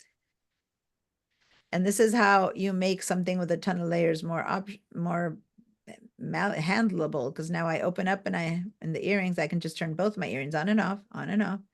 And then I open that and now I turn left one on and off, right one on and off. Does that make sense? It's folders within folders. If you guys have ever taken any of my Mac classes that I told you about the whole process of putting things in the folders, there you go. That's the folders within folders process. And right now I only have this, the left one done for this one. So Sue, what we're doing is we're looking at some earrings that can be enhanced because it kind of goes flat over here. And we've created little masks, and I have to go, I don't like that one, for example. I can go in and start playing with each one of these facets to make it look more realistic. Right now, all I did was we changed the tone so that you can see them, and then you start going, well, let me put a darker one here, a lighter one here, like you start to shape it, right? Until it looks as good as you want it to look. And we did it with just levels. That's it. Right now, I'm just using levels. That's all. And this is not something that you could have done. So now, I'm going to save this for a second, and I'm going to call this one, earring level, earring facets or something like that. I'm going to call this. Now, Right. because Shelley's doing this, would it be easier if she had the actual earrings in front of her? Probably. Yeah. I'm going to stop my share. I would definitely think that having it in front of you would work, but say, I think you already sold them or whatever, then you have to, maybe if she does this for a living, she probably has another similar stone that she can inspire herself off of, or imagination. But if you're trying to sell it, you would still have it, right? So problem is she's doing this on a pair she doesn't have anymore, right? So yeah, but also it doesn't even matter because, so here I'm looking at Rebecca's, Rebecca posted one already in Padlet. Oh, let me share the Padlet. This that I'm sharing right now is Rebecca's version. Okay. So she has the folder called left earring, and here are her levels, and she's got what, 7, and she's beginning to put them in there, right? And then once you have see over here, you can see them, and you can see that there's none done here yet. See how it goes flat?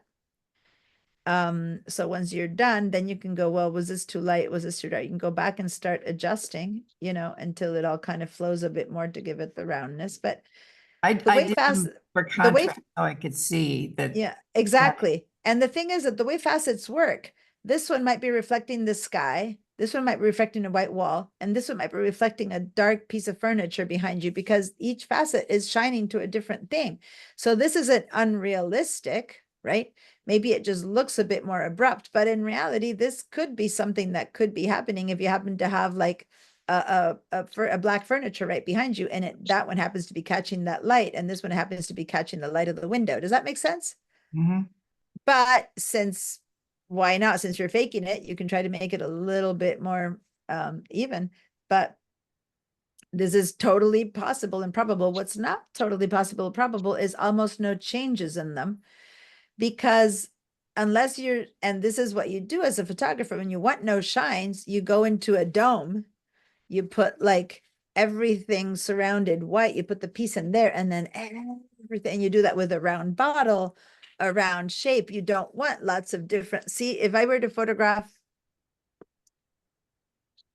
which she's trying to, this would be the opposite of what most photographers would want. If I were to want to photograph this, let me just spotlight myself. Just look, other than the peeled paint, but just look at all these lines that you just see as it's the shine, it's normal. But if this were to be an ad, you wouldn't want, these are basically great streaks next to white streaks next to silver streaks. What you would want is to have this look like, oh, that kind of more like this, right? That's matte, so it's not reflecting everything. But the piece of jewel is like this, it's getting different facets because it's getting, that's probably my bookshelf, that's probably my door, as you go behind you and around you, what it is that it's reflecting.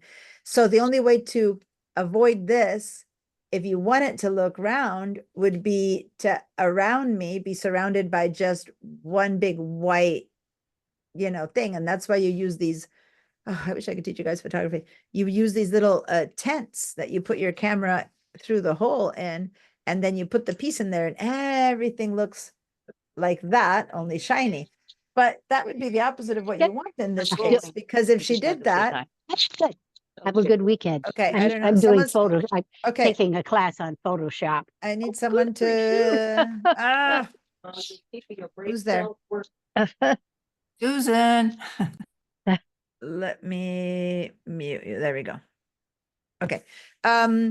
So you would want the opposite of that. You would want the facets. So you would want different shines in this picture, because if not, it would all look like a round teardrop jewel. Does that make sense? If you didn't have, and then the person receives it and go, oh, I thought this was a droplet of a stone, and you discover, oh, I didn't want facets, or vice versa. You wanted facets and you get a teardrop, because that would be harder to you know. So, so the original photo matters. In this case, putting a dome around it would make it all look facetless. So, yeah, start looking at shiny stuff. And if you guys paint or anything like that, you might already know about this. But if you really pay attention to this, if I were to try to paint this, right, I would have to literally be doing middle gray, dark gray, almost, very dark gray, white, dark white, streaks of all those different colors to make this look round in this room, right? And that's what's happening with those facets. Okay, which when a lot of people go, well, all this masking and whatever, I want real photography. I'm not going to be doing so many layers, but this is real photography. This is something that you're handling, it's true, it's real. You're not inventing anything. You're just enhancing something that doesn't show as well in the lighting of the photograph, but you still are doing multiple layers of masking and multiple levels and groups and whatever, because you're just trying to get this to look better. For those of you who already finished that, of course, you can move on to the right one, but I wanted to show you how I did the, are these garnets? Shelly's gone. Oh, was it break time already? I think probably On that's. here, yeah, those are garnets. Yeah. So garnets are deep, deep reddish purple kind of thing. And these are black, and the color they have is because they're reflecting this background, right? But for example, that's interesting. On the one that I did here, I didn't change the color of the background. This is the one that I did the other night, last night. But when I added vibrance, that's all I did. I enhanced the color so that it would give a little shine. I don't to see it. your screen. Oh, sorry. Thank you. I wasn't sharing. Thanks for asking. There we go.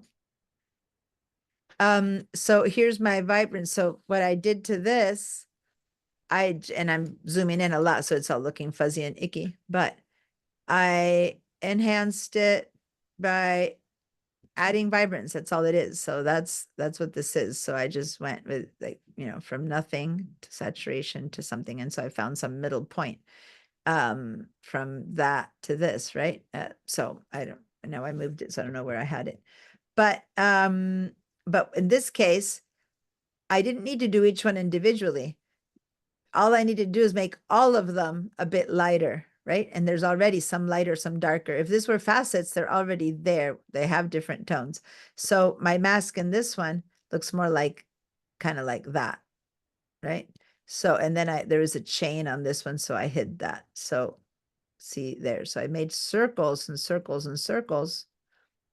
And then I took away where I didn't want like that chain to also get brighter, because it got kind of orange gold, right? So let me just show you how I did that. So now I don't want to do this in the like if you're still in your left, you can close it, you can leave it there. Now we're going to start a new one. I started one? Oh, this was the vibrance I did for the teardrop. Okay. So now what I'm going to do is I'm going to go over here, and instead I'm going to choose the elliptical. Guys, am I past break time? I think I did pass break time. I lose track.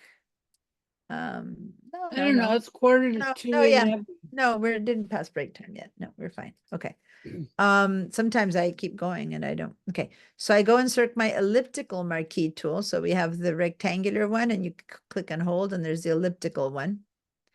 And now let me just remind you how this works. If I click and drag, it's hard to know where it's going to end, right? But if I hold the Option key and drag, hello.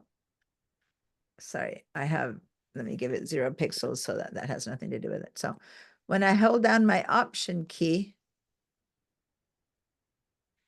oh, I gotta go into my mail to get it. hello. Why is it not? Okay. Okay. So here I'm showing you the difference. So if I have, let's say that I have a circle here, right? I'm going to make it black. So let's say that this is our garnet, our bead, right? Now we need to put a selection on that. And it's very hard to make a selection be the same, right? It's just that where do you even start, right?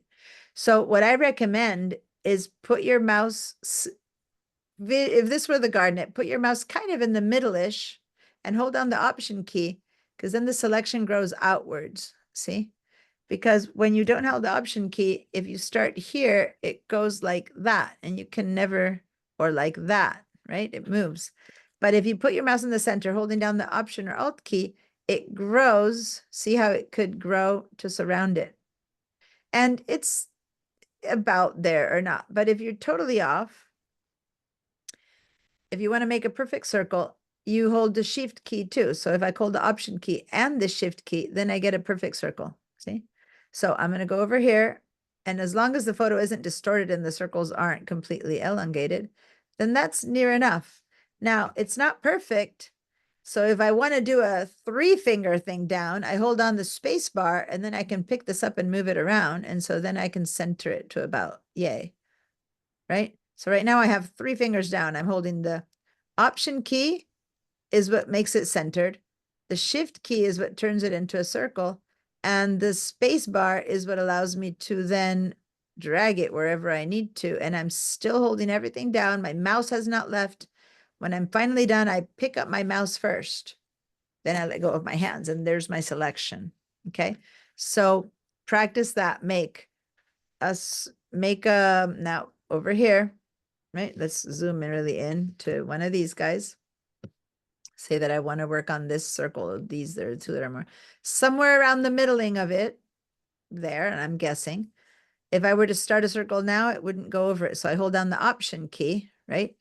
But if I'm not holding the Shift key, it's okay. These aren't perfect. It could be, but if I do hold the Shift key, then I'm making a perfect circle. But it's okay if you kind of guess at it.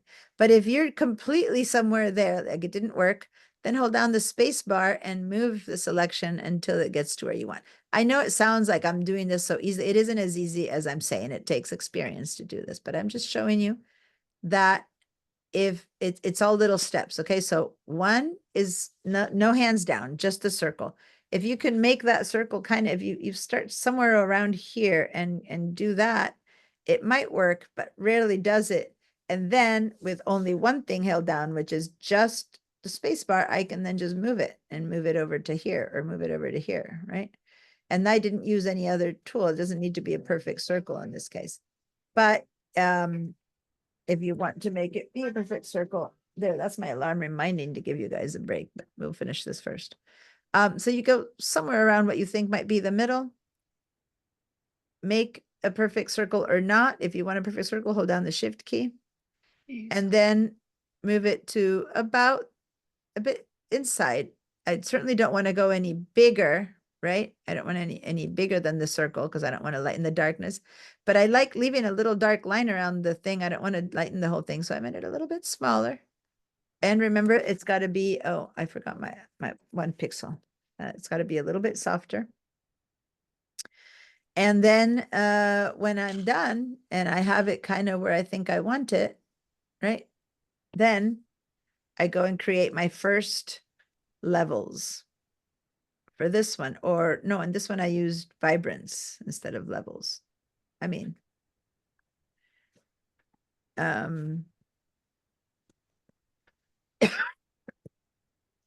So here it is. This is my little circle. And now I'm going to go really intense saturated and really intense vibrant. So you can see the on and off. See how it's affecting that entire circle. But remember, the white and the shine, the white and black don't change, right, with hue saturation. It's only changing to the point because I've crazed it out, but we don't want that shine to suddenly look blue. That's not part of the rock. So you have to be careful. Vibrance is a bit more careful with that. Maybe you can do a little bit of saturation, a little bit of vibrance. And here's the thing, if you want it really bright and you go like that really crazy, guess what?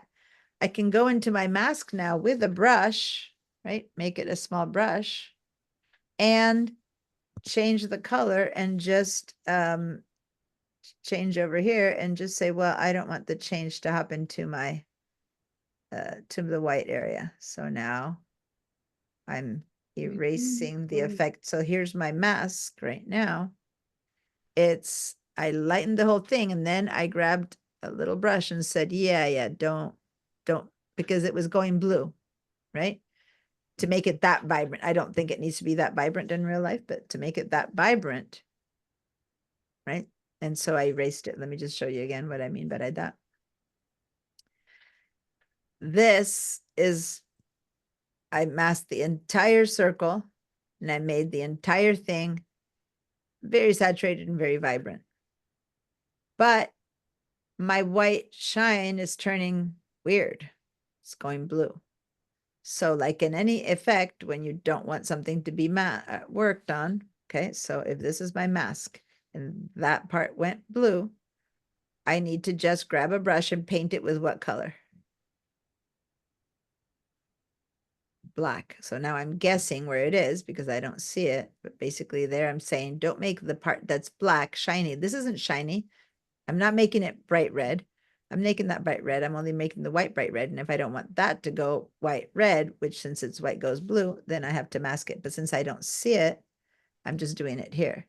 Now I'm going over here and telling it, don't add a mask to this area because it went blue and that's weird. So maybe you don't want that, in which case now the mask looks like that. Okay. That's because I went and retouched a bit the spaces that I didn't want them to go blue. That if you want to make it that intense. Now I could keep going making circles, which is what I did, and adding them to this mask like that. Or at this point, literally you can get a brush. You've established what you want in there. You can get a brush, make it biggish enough, and then start making little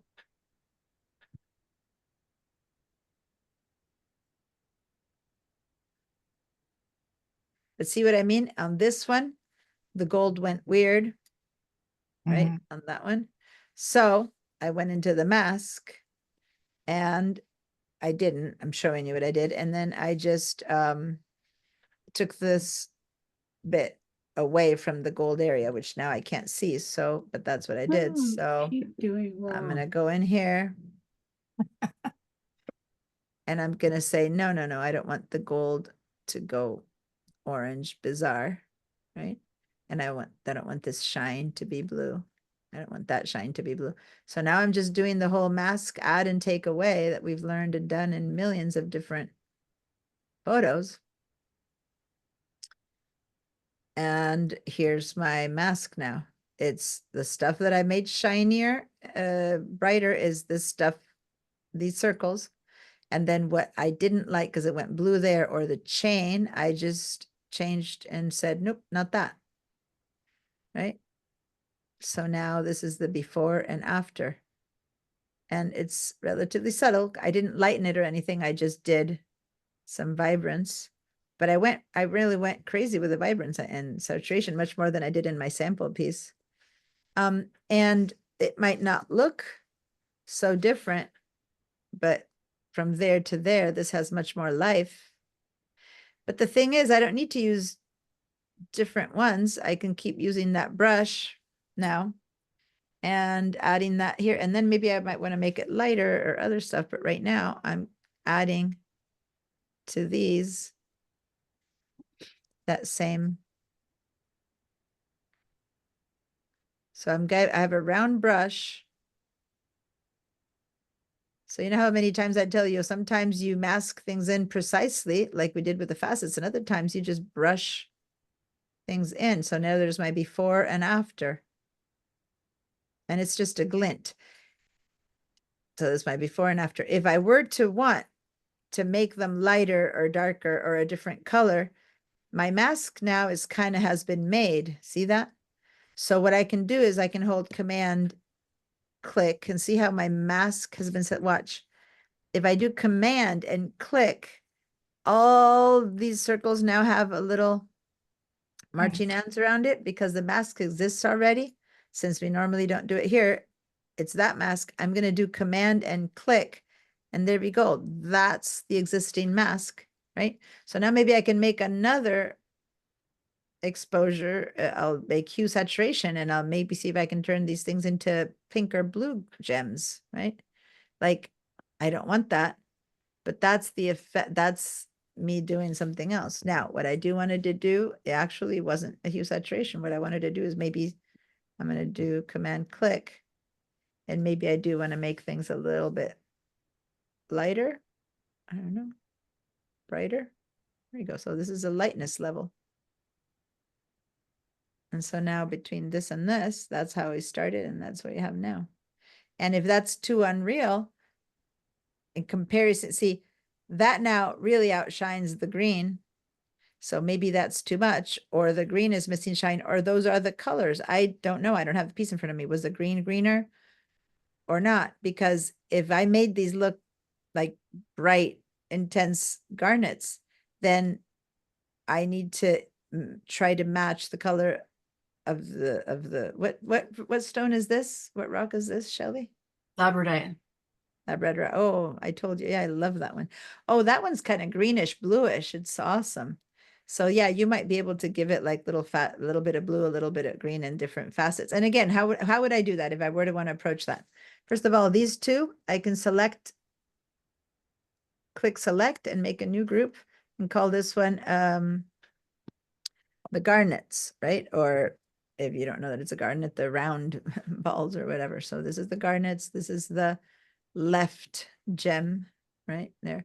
But now if I were to want to add blues or yellows or greens or whatever to these, and again, the reason I had to do so many for the earring is because each one got a different levels, but the garnets, one mask was enough for all of them. They all got the same amount of saturation and the same amount of lightness. Does that make sense? But the facets had to be done individually. So now I can go and start choosing them and say, well, let me add maybe a little bit of color. It's going to be done. No, I know. I need to give you guys a break. So now I can pick up on, I'm going to hold down the command, click on this one, and I discover it's that one. And I can make a little vibrance. No, I was going to make a color adding to that one, right? We can make it more vibrant. See how it's becoming turquoise, or I'm exaggerating. See that little corner? But I already have those mask selections done. I wouldn't want to recreate them because then they wouldn't match. You would go and this is not right, you know, but meaning that's what I'm going to do. I'm going to start picking up from command click, right? And then making the new ones there, and I can do them in a different place. And I'm just exaggerating so that you can see them, right? Or if instead of that, I want them to make a different color, then I'll give it a hue saturation and maybe make it bright green, red, you know, whatever it is that you're trying to make this be, which I'm not. I was just going to enhance it, so I don't necessarily want to change the color, but yeah. But you can, because you have the masks there, right? Anyway, I'm going to turn these off, but you get the idea. The masks already exist. So if you want to pick the mask, command click, that's what it takes. And then with the mask you already made, you make a new pattern, gradient, black and white. You play around with different ones, but mainly right now we're using levels for lightness, vibrance for intensity, hue saturation to change color. Those are the ones that we've used the most. So I'm going to go with the hue saturation on this one to change it to a different color, and it's down there. See how it's changing? We'll make it saturated and a different color, and there you go. That's a bright green little facet, which we wouldn't want, but the ability to do whatever you want with that little masked piece is there. Okay. All right. Not seeing any hands, any questions, and I want to start seeing this in Padlet, you guys. Okay. And it doesn't need to be perfect, but right now I only have Rebecca's, so I want it to be, it's work in progress, but I want to see where you guys are, and then we'll take a break. But I want to see, yeah, Rebecca's still the only one there. So guys, I don't care if it's not ready. I want to see where you're at. So please say work in progress. Here's where I am at before break on the earrings. Okay. Yes, Rebecca. I'm having trouble. I made one garnet circle on the mask, but Yeah. then when I go to do the others, they're all small. So how do I make them bigger? Okay. You probably, you mean the brush is small, you're making a second, want to share your screen? It's probably the feathering. On the one I did it last night, I made circles for each garnet. Today, what I demoed was just using a brush. So both are ready, both exact. Okay, yeah. I just got to give permission. Yeah. Okay. Did you get it? I'm seeing you. No, I'm seeing you. Yeah. I'm seeing your image. Okay. So we're up here, right? Mm-hmm. So wait, hold on. First, show me what you do have. So go to your Vibrance mask, to hold on the command key and click. In here? Yeah, and click one time. Control if you're on a PC, command. There it is. Okay, so Okay. that's your circle. Mhm. And okay. And the feathering says up the top 1 pixel. Okay. So you made it quite a bit smaller than the circle of the actual garnet. But it did you change the vibrance or something to it? Go to the left side of that mask. Right now you're selecting the mask. So select the mask itself. And now go to looks like you made it darker instead of lighter. Just to see what happening, go all the way with through the right with vibrance and with saturation. Way to the right. You're choosing a hard one because it had no color. Go to the saturation underneath and throw it all the way to the right. See, it changed a tiny bit, right? No, don't go back. Go move it all the way to the right. Now go and turn the eyeball on and off. And then look at that thing. It's Yeah, it just got brighter. slightly, right? Because it's such a subtle, it was black. Remember, Mhm. when something is almost black or almost white, all these adjustments don't work. So that's why I said go crazy, go much brighter. But if you were to do that same adjustment on that middle ball that's in the front, bead that's in the middle front, it would probably make it brighter than the effect on that one. Okay, so when I went here and I hit the option key, there it's getting bigger. I don't know what I did wrong. Now it's small. Oh, because you let go, you let go of your keys before your mouse. So got it. So try again. Say Command D to get rid of what you did. And then try your Command circle again. Command Z? D. Okay. Now hold down the option key and pull out, and don't let go of the option key. Just pull out. There you go. Now, don't let go of your mouse. Don't let go of your mouse. Lift up your option key and see how it goes away. Now put down the option key. See how it works? So now lift up your mouse first. There you go. And now their selection is correct. Thank you. And now go ahead and make one for that. Go and make a hue saturation or add it to the same one. Hold on, add it to the same one. So go click on that one to add it to the same one. Click on that mask, click on it. You're not there yet. Now, what you need to do is fill that little circle with white, just like the other one, right? But you can paint it with white or whatever, or you can just hit the delete key. The delete key will make whatever's in the background color. You have foreground is black, background is white there in your colors. So if you hit the delete key, there you go. It added a red circle to that. So see how the effect of what you did is much more obvious in this one. And it's the same adjustment layer. It's just that this one was lighter already. Does that make sense? Mm-hmm. I recommend that everyone, when you're done doing it, to make them all a bit lighter first, and then you'll see a big change in the back one too. But right now you'll have a hard time seeing a change other than in the big shine, right? Mm-hmm. Plan B, say Command D to be done with that selection. Plan B, what I did was, instead of making circles, and that's a great experience, make the circles, right? So I prefer, but what I did instead was I grabbed a round brush, filled it with white paint, and started going around.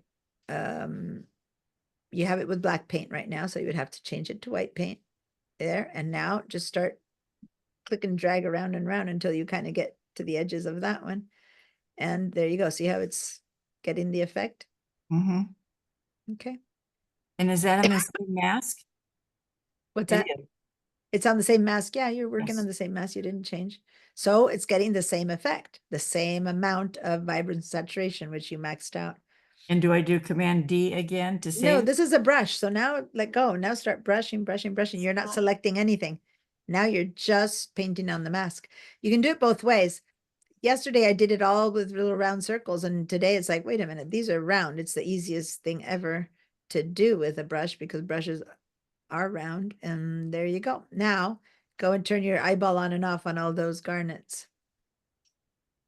Wow. See, it is different. Now they're all dark. So now pick up that selection that you made by going to your mask and holding down the Command key and click one time. So go to your mask. Yeah. Yeah. Hold down the Command key and now click the mask one time. And there you've picked up that selection that you made with your mask. Now go down and make a new adjustment layer and make it be levels and make it brighter.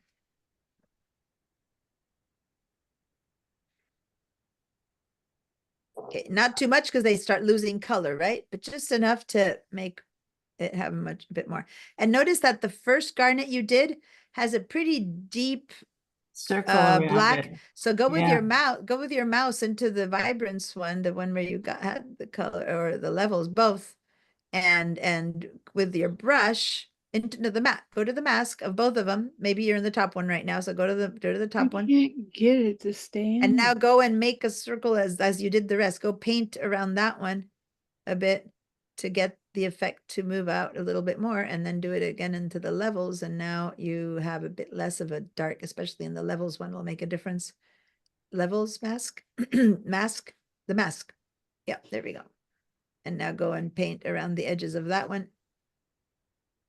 Just to lighten those a little bit more of those edges. And it's small. I'm but- also lightening the background. Yeah. So, yeah. So there you go. You went a little bit too far, and see how you have a rim of bright pink on the top. So Yeah. go ahead and undo Command Z 2 times. Undo until that bright. There we go. And now try again with a smaller brush and be a bit more careful with it. All right. You're doing great. I'm going to stop Great. your share. Everyone, I see Rebecca and Rachel's work in the Padlet. That's all I'm seeing. I want to give you guys a break, but I want to see, even if you say, this is what I did, one facet, and I can't even figure out how to do the rest. I need to know where you're at. I don't want to see your successful jewel, your successful earring. I want to see how much of this you were able to do so that I can know how to help you after break. Does that make sense? So I need to see a post from, Yeah. both of the ones I see are from Rebecca. I want to see a post from Rachel, from Dot, I from got one. Shelley, from Barbara. That's Okay, I really just good. can. What's up?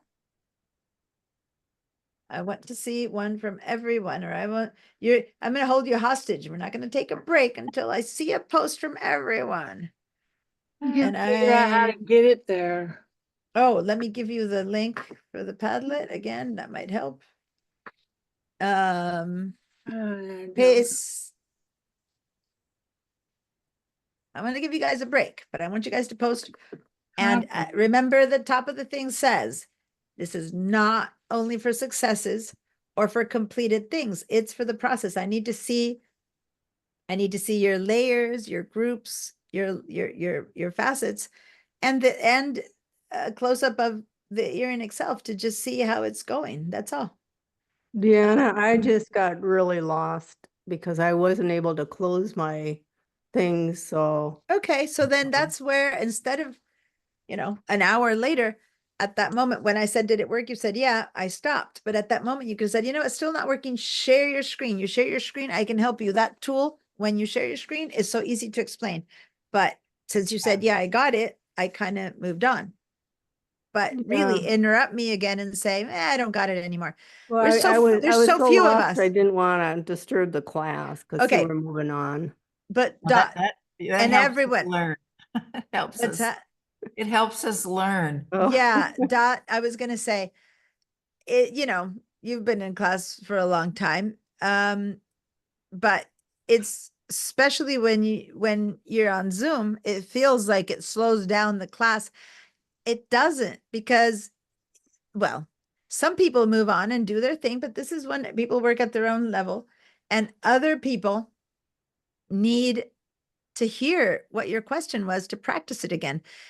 And most importantly, if it's only about you, you are one, and we're not 25 in this class. We're just like, what, 6 of you guys. So I want to be able to do that, because now you're like, an hour behind, and it makes no sense. I would love for everyone to get that. I want you guys to share your screen, because I want to see your work. Because the last thing I want is to have taught for an hour and have you guys gotten like 5 minutes of it. It's just not worth it for you or me. And next time you're going to go, I'm not going to go to the class because I got lost so early, and then you don't come anymore. And that's the last thing I want. This is doable for everyone. It's advanced. Dot, you hadn't been in Photoshop class for a while. This is more advanced, and you hadn't There been in it is. Photoshop for a while, right? Right, So right. it's totally okay to be the one that shares your screen more, not less. All right. So I'm going to let you off the hook. When we come back, can I please count on you sharing your screen so I can show you how to make a little shape? And then after that, you'd be a little bit more off and running. I just walked Rebecca through the whole exercise. She was fine. And I'm sure others are either working on it or battling it. Okay. I think Ken is kind of given up too. He's back there. Not, I don't see him. So I'm going to, for those of you who are got it, keep working on it, making it perfect. Work on the background like I did. Decide if you want it lighter. Like, keep going. I'm not going to do that with the whole class. Keep going. And for the ones who didn't get the facets, I'm assuming it's Ken and Dot, maybe Barbara, I don't know. And Rachel, I haven't seen your work, so I don't know. Oh, there you are. Rachel did post. So when we come back from break, I want to see each one. And now I'm looking at, let me see, Shelley, you're obsessing over the facets, so you haven't made much progress. You're working on the original image, so that's great. You have all these different kinds of layers. I see you have curves and saturation and exposure. You're trying many different ones. I recommend, and you do what you want, not to try many different layers to get one facet to look perfect, because it's more like a team thing. I recommend make your facets first. And I don't know, maybe you have them because I can't tell here. Maybe you were just showing 3 in the share, by the way, so you guys know what I'm talking about. I'm looking at what she shared. And your comment is your obsession with facets. Just make your facets. And since by the way, this bar bugs me, you grab it from this line and move it out of the way, because if not, it's always right under where you're working on, but then you can't see the whole picture. So I would just grab there and just drag it down a bit. And then make your facets like as general as you can, because you already saw, you can go back in with a brush and fix a little bit back and forth. And if it's not the perfect facet, but once you have them, then you can start going, well, I want this one brighter, this one darker, this one more color, this one less. But first make all your shapes before trying, because I'm seeing 1, 2, 3, it looks like it's exactly the same facet here, right? So it looks like you're trying many different things on one. It will never look good on its own. It needs to go look good in comparison to the rest. So that's just my 2 cents. Okay. But if she hadn't posted that, I wouldn't know that that's where she's at, right? So I really need your guys' posts. Shelley here is working on this one. You have, it seems to me, and I can't see your top here, the tools are missing. So I'm not seeing, but it looks like you just have very, very feathered, a very feathered selection. They're very soft on That's all these. it'll let me do. So when we come back from break, I'm going to leave this open. When you come back from break, since you have the high quality photo, I'm not your, I'm using the same one you guys are. so how many pixels do you have on your mask? Because that's a very soft. 3. Yeah, we're at 1. 3 was too soft. I started with 3, went down to 2, decided 1 is the best. Okay. I had done 3 on the other earring. You know how the second earring that I showed you from last night was a bit fuzzier? And then I went down to 2 and I thought that was better, but then it was still fuzzy. So on the left earring, I went down to 1 and that's where I began to like it. So that's why my right earring looks fuzzier than my left earring. Cause in your case, you have at the top, I think you did on these two, you did a too sharp. This one is like a no fuzz. And then you went from the very bright color that it had to a dark. And so it looks like you pasted something on, right? So since most of these don't work, I would recommend save it, right? Save this file, say first try, but don't leave because it's gonna have so many layers. Open it again and say second try and now start with a 1 pixel. But by the way, if this is a real photo, try it on the real thing. I mean, you don't need to go with a small one, but all the work you'll have to redo again on the real thing, unless you've already sold it and you don't care and you're just learning, then do it on this one. But I want you to get a feel for how many pixels that would look like if it were a real thing. It would probably be more like, I don't know, 10. I don't know. I don't know what it would be on the real thing with many more pixels. So, who else posted? Remember, I'm not letting you go until you post.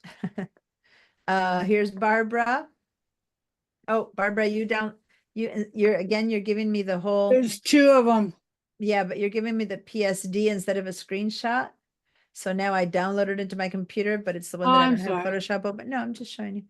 Oh, am I not sharing? I thought I was sharing all the work that I did with Shelley. I wasn't sharing. When I was talking like this to Shelley, was I not sharing? I was trying to get, Sharing. At first you were, and then you weren't.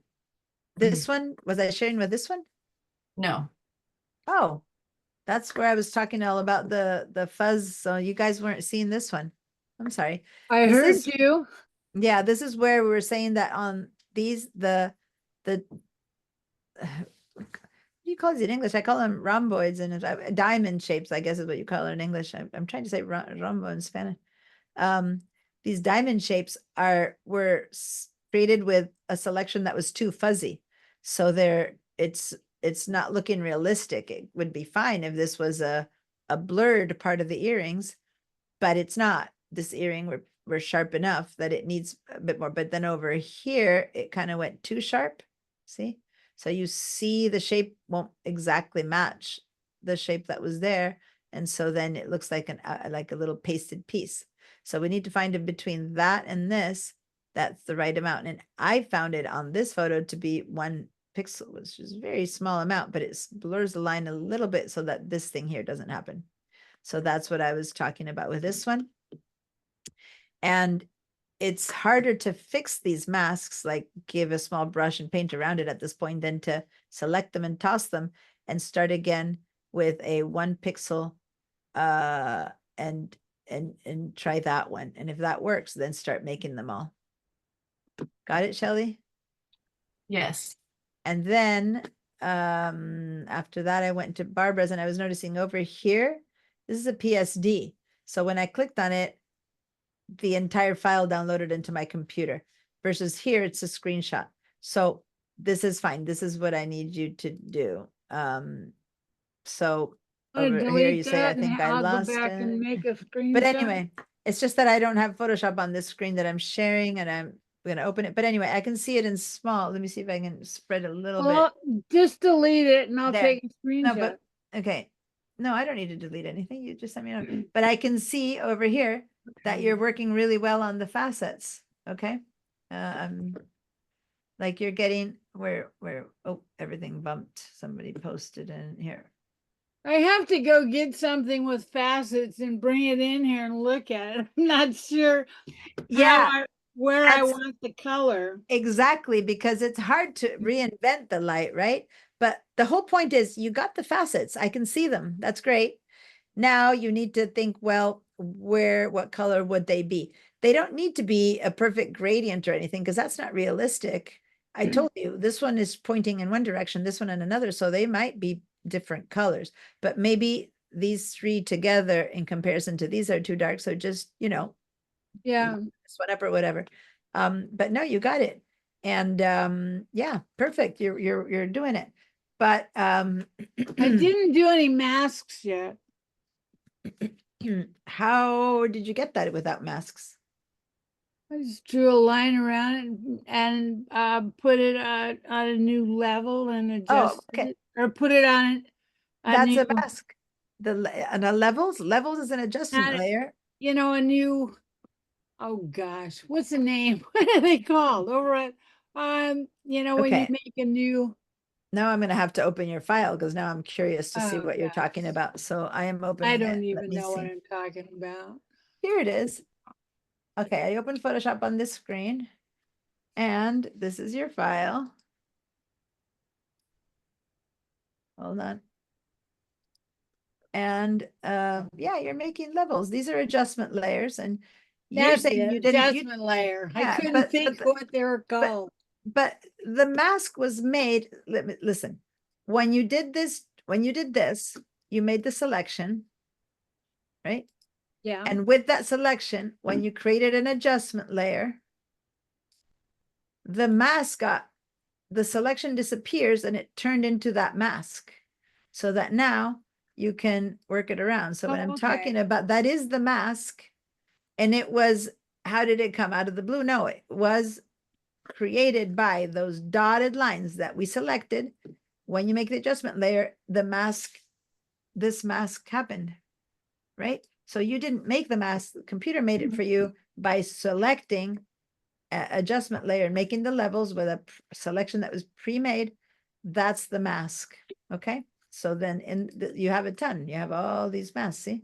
So you're So doing if I want to exactly- change the tone of their hue, the level, yeah, in one of those facets, yeah. So do look, I double click on like level 7 on this, on yes, on this little portion of it. So like Okay. if I click here, then I go up here and see, look at your facet, see how it's changing? right, got it. And so then I can make it be more, and then I click on this one, and then I move this one up and down, and I decide what to do with that one. And then I click on this one, but this portion of it, right, gives me the tools. In my other computer that's small, the tools are appearing on the side. This one, that's the big screen, the tools are appearing over there.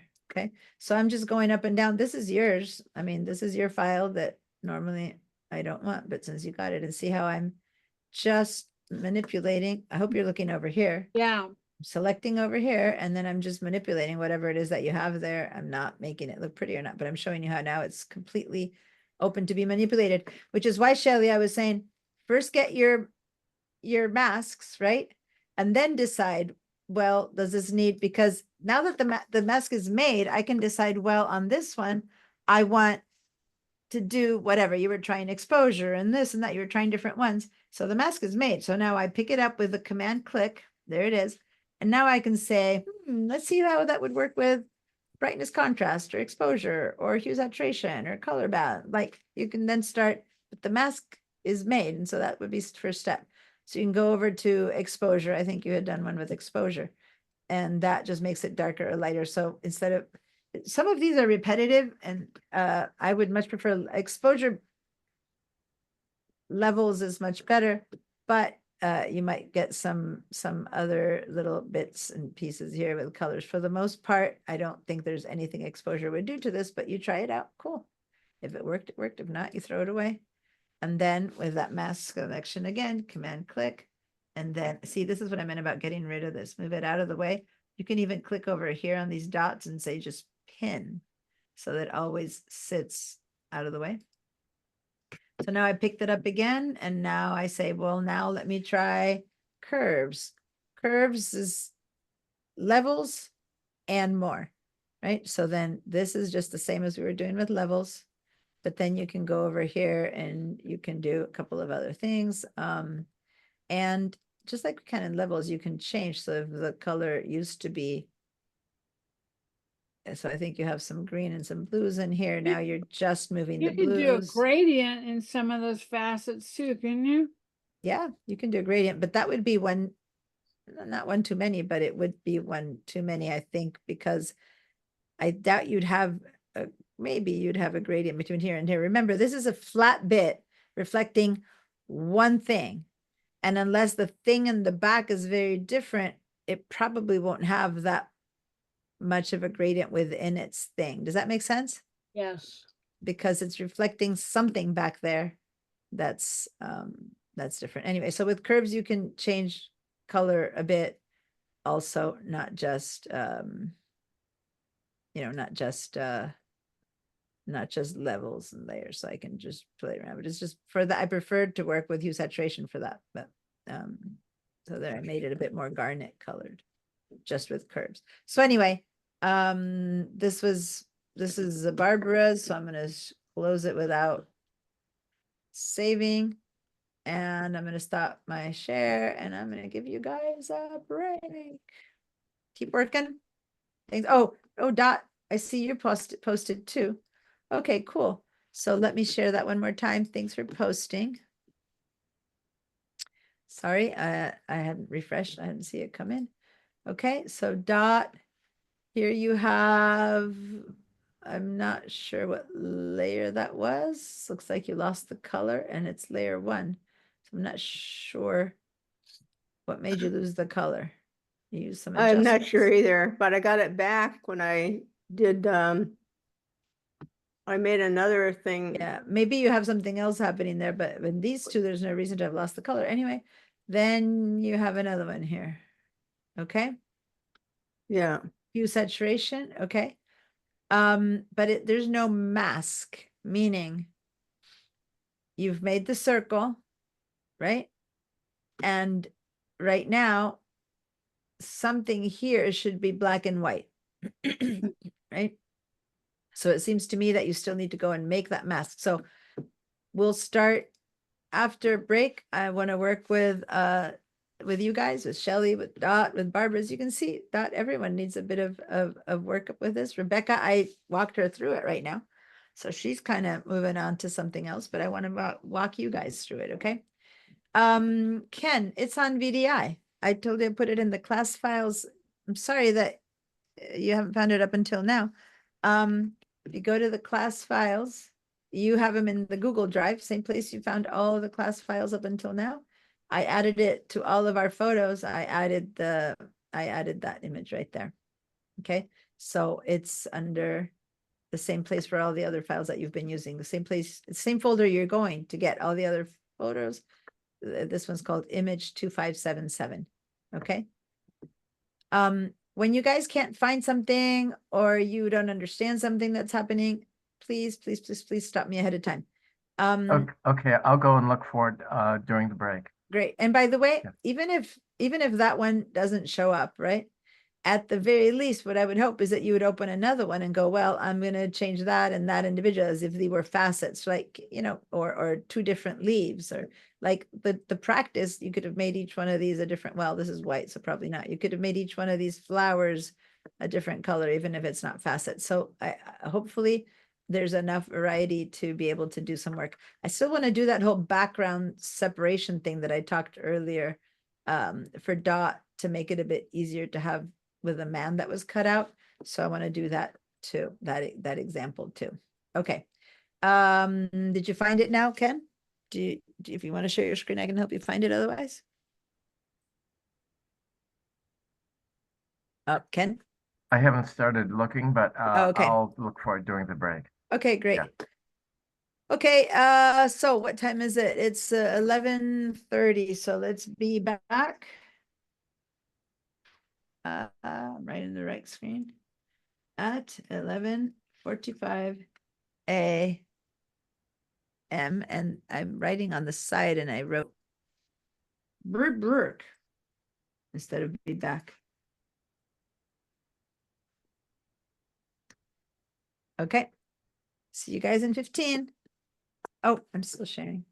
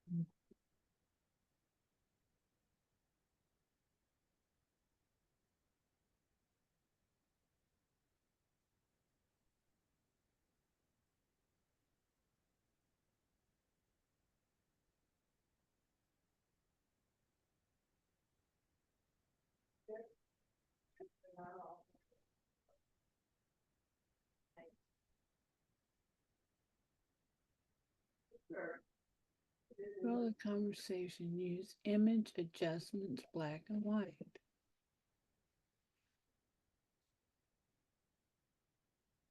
Image.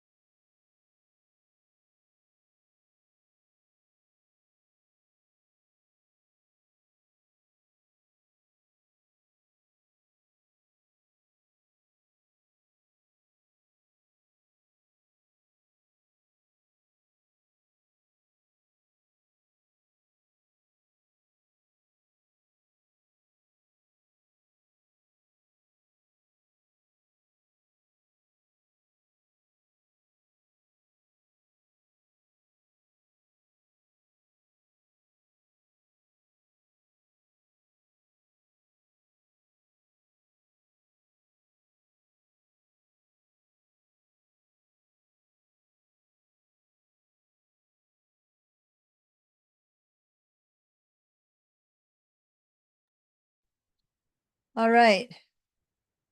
Let's start coming back. I'm climbing onto my little pedestal. I'm usually teach standing, but right now I'm sitting, and when I'm sitting, it takes me concerted effort to get up as tall as this chair is. I feel like I'm saying climbing Mount Everest, but there we go. Ouch. It's not very comfortable to be sitting here. But I don't have a standing electric desk. I have a desk that I just put it on pieces of wood.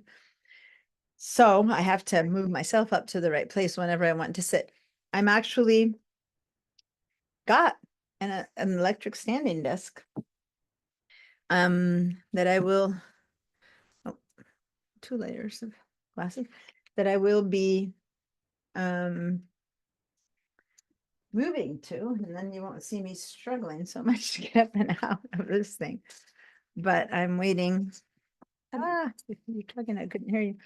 I'm setting up this place where I'm going to move to.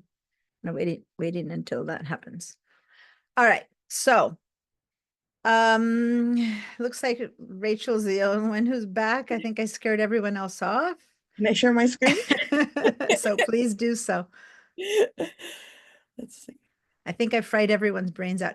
One thing I didn't do today, and I'm acknowledging it if you guys are hearing, usually I show something and then I say, okay, everyone tell me yes, no. This time I kind of went with the whole demo to give you an idea of where I was going.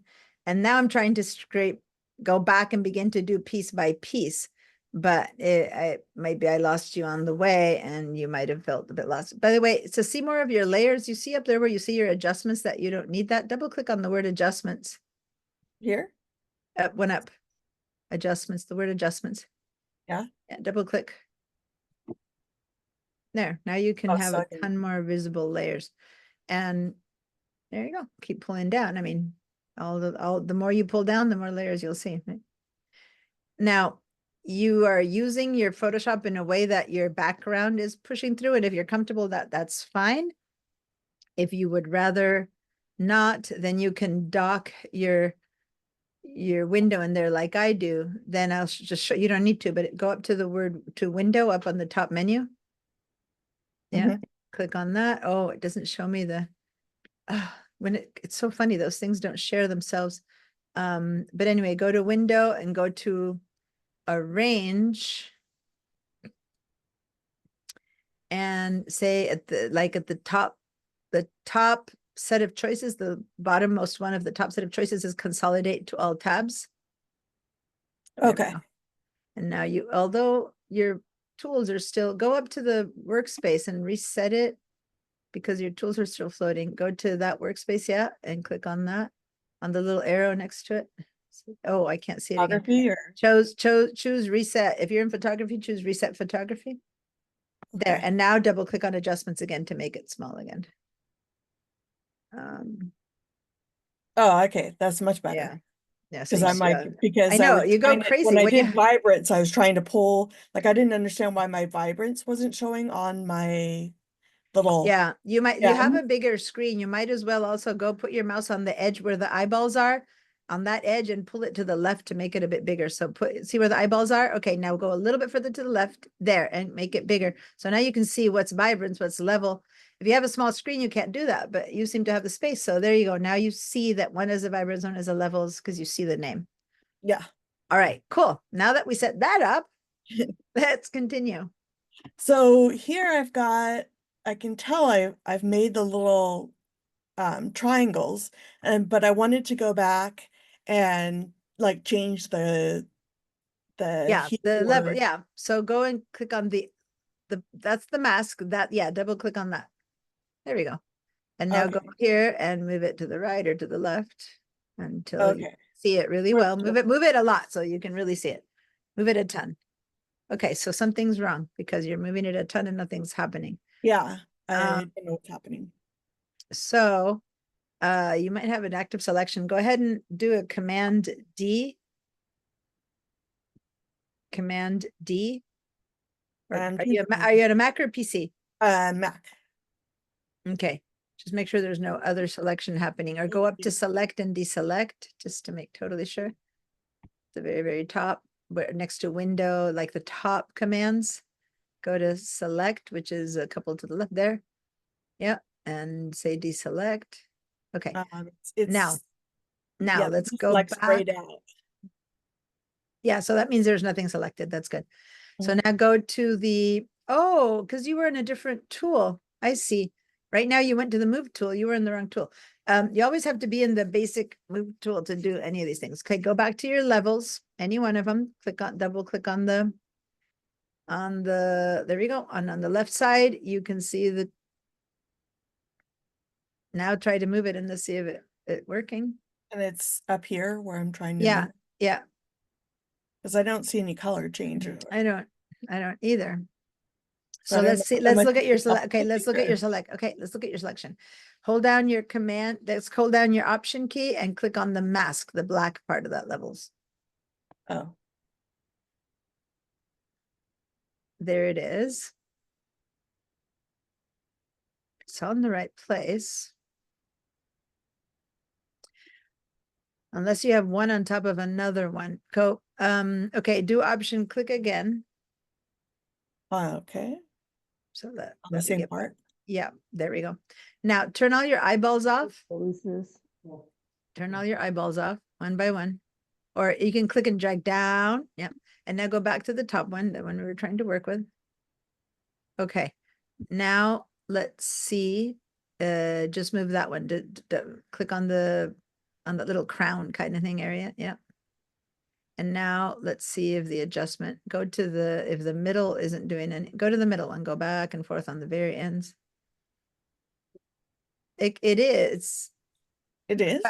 Go to the far right. No, and go to the far left. So something strange is happening because no, is it all of them are doing that? Yeah, it was working, it's working, and then I started like doing other creative stuff, and then all of a sudden I broke it. Okay, so let me just see if I can request remote control to test some stuff. And if so, you'll have to, okay, so don't move your mouse at all, please. And let's see if I can do this. I haven't tried remote control with, let's see if any of them work. So what is happening? Yeah, it was looking a lot better before I started getting creative. Well, it's not like working at all. It's not about being creative. It's not working at all. It's like you have something. And your history by now won't show us much because you've been just going back and forth, back and forth. Yeah, it wasn't working on my vibrancy either. When I tried the little circle. Hold Jet. on, delete layer method and modify. Just trying to see if any of those had work. No, your gems haven't, in all of the history that you have, there's no change to the gems. In fact, your gems are untouched. They're like they were at the beginning, but you've lost the history. So what in the world is happening that none of your saturations, none of your things are working? Let's see, vibrance. Nothing is working anywhere. What happened? Let's see. Oh, you put a mask on your group. Ah, there we go. Oh, I didn't mean to do that. I lost your, let me cancel. It's a gift. There's always something with masking that I've done. Yeah, let me throw that away. Delete this layer mask. Yes, delete. Good. It's all gonna work now. Okay. There we go. You had put a mask on the group inadvertently, and it was overriding all the rest Okay. because it was a group mask. And so it was in command of everything. Now, there you go. Now everything will be whatever it is that it was. See how And sometimes, guys, when things don't work, sometimes I need to see it because I need to understand what's happening too. And I can't understand until I see it. And I just saw that little mask there and I went, oh, okay, now I'm off. You touch your own mouse now. Okay. So for like before, I could just click here and it would pull up like wherever I was. Let me see. Let me look at one of the Vibrance ones. Okay, so go to, So that's here. yeah, now it's up there. Yep. Okay, so I should just be able to toggle it? Yeah, or- yeah. Oh, wait, maybe I need to click No, this. no, no, no, no, stop. It's working. You just need to look at your image. You didn't notice it's working. No, no, no. You have to be in the triangle piece. Go Oh. back. No, in the mask. You're in the mask now. Each layer has, yeah, that one. Click there. Okay. And now the tools are there under properties. Mhm. You just moved it. Yeah. And so if in case you didn't notice, you moved it. Go back and forth and you'll see it's the one that's next to the colorful one. The one that'll be much more visible is the saturation. Move the saturation so you'll really see it. Move it all the way to the right. Oh, Okay, you yeah. see Yeah, that? now it's a big difference. Yeah, that's why I force it always to recognize and see, is it there? And then I move it back and then I start moving it more subtly to where I want it. So when you move these things, you got to look at your image and see if anything, where, but let's be clear, and that don't move your mouse. This part is the mask. So Mhm. when you're in your mask up here, you don't see the vibrance and saturation stuff because it's all about the mask. Don't touch these. Like Mhm. this will help you like invert your mask or shit, stuff that you don't want to deal with any of these. So when you want to deal with the vibrance, you go into this one. And that's where you have your vibrance tools. And there it is. Those are your possible changes, right? Okay. To this one. So now let me hold command and click. That is, it's hard to see because this is your selection for that garnet, right? Or whatever it's called. And it took make it really hard to see it because these are so dark. That's why I kind of recommended, and I'm going to do it for you and then see to lighten them first so that you can have, and I'm forcing it to be really light right now. Okay. This isn't how it has to be, but now you will see the changes. See? Mhm. On the vibrance. Now I'm in the vibrance. And that levels that I just did is bad. You shouldn't do that. But to really see it when it's so dark, you can't tell that's any change, right? But it's changing. So to learn how to do the masking, I would first work on these, not on those, because that's just like a whole nother level to see in the dark when a change is happening. Okay. I'm gonna get rid of what I just did. And it And doesn't matter where the constant, vibrance is. It could be anywhere in that list, right? it could. When I'm really working with this tidily, and if each bead would matter, then I would put them together, the level with the bead vibrance. I would grab it and point it and put it right above the other one, so then I can work on both together, kind of thing. But like this mask clearly is not belong to this one, because you can even see that it's far right, and now it's because it's the beads, right?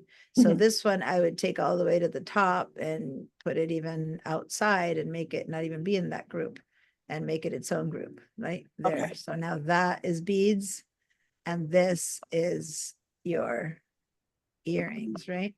But if I were to be doing a vibrance and a level on one of the facets, I would put them together. And the way I work is I would have the levels at the bottom and then right above it, it's vibrance and the levels and its vibrance and level and its vibrance. Okay. Okay. Just for Thanks comfort for level to fixing be that. able to That'll find make it. it a big relief. Oh, you're welcome. Yeah, no, that would have been impossible to know. So hopefully, I can help people individually like that too. So, Dot, do you want to share your screen?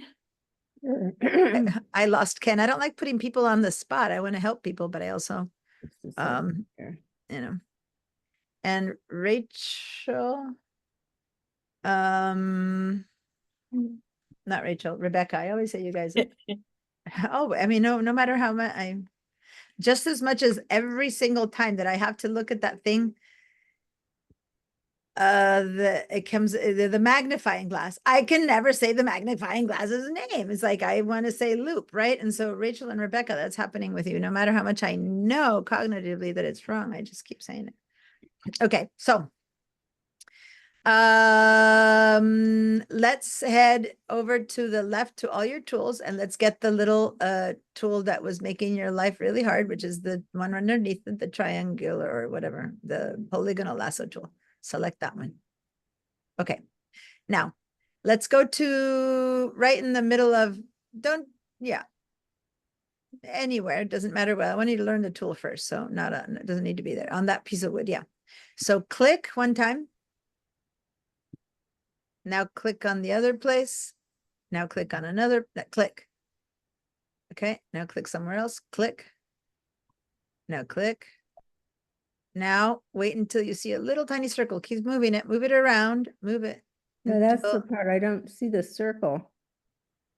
Okay, so then there's a shortcut. I think it's control. Let me practice it. There's a shortcut to get it to find Oh, it. there Hold it on. went. But there's a shortcut. I think. I'm trying to figure out what the shortcut is. I think. Yes, it's command. If you can't find the end, when you're near the end, hold down your command key and click and it'll shoot itself to the ending. Okay, so try that. Go ahead and do Okay. command D now to deselect. Command D. Okay, and now let's make it again. And this time, when you get to the very ending, so make 4 stops. You can make as many as you want, but since that's what we're going to do. Now, when you don't know, hold down the command. Don't get near. Don't get near. I'm trying to show you the effect of not knowing, because right now you're trying to find it again. Move it, but move your mouse back out. Yeah, move it out like an inch, a whole inch away. Move it to the other end. Yeah. And now hold down the command and then click. And it ended it no matter where you are. The whole thing joined it to end over there. See? Mm-hmm. So if you had done the command click right next to where you think it is, it would have Mhm. ended up closing very close to that. Does that make sense? Mm-hmm. So Right. now say command D and now try it with going to the right spot. Yeah, there. Sometimes it just doesn't Click. start. No, you have to click. Yeah, I you am can't clicking. Okay, and then move your mouse. By the way, you don't need to click and drag, huh? It's just click and then your mouse freely move it around. Whee! It's like a little spider web. Go ahead and move your mouse around. I think you're trying to draw the line. Oh, okay. You don't need to draw the line. Click, stop. Don't do the last one. Don't do the last one. Listen Okay. to me. Don't do the last one. Move your mouse in a circle now without turning and without pressing the button down. Just move your mouse. See how it follows you around until you click Okay. again? So yeah, I see you were So I trying was to holding it draw too it out. hard. You don't need to Okay. draw. You just go click and then you move it freely and then you click and you move it freely and then you click. And now this last one, you put it as near as you can to the beginning. And now since you didn't find it, hold on the command and give it a click and it'll go there. I Oh. didn't. No, hold down the command, keep it held down and then click. Oh, okay. Okay. And Okay. then now let's go over to the adjustment layers. We'll practice that again.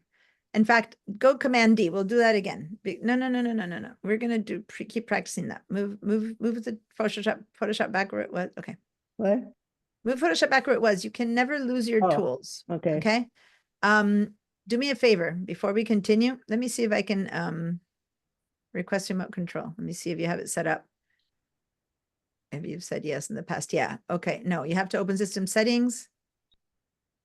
And then click on the Zoom and then put in your password. Use password. Try again because you said, okay, try again. Click on that.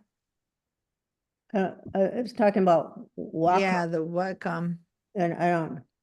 Oh, yeah. So Right. you need to go to accessibility. So go ahead and go to go back to yeah, turn off, say try again. And then Now I'll just have turn this. only Zoom. Huh. Huh.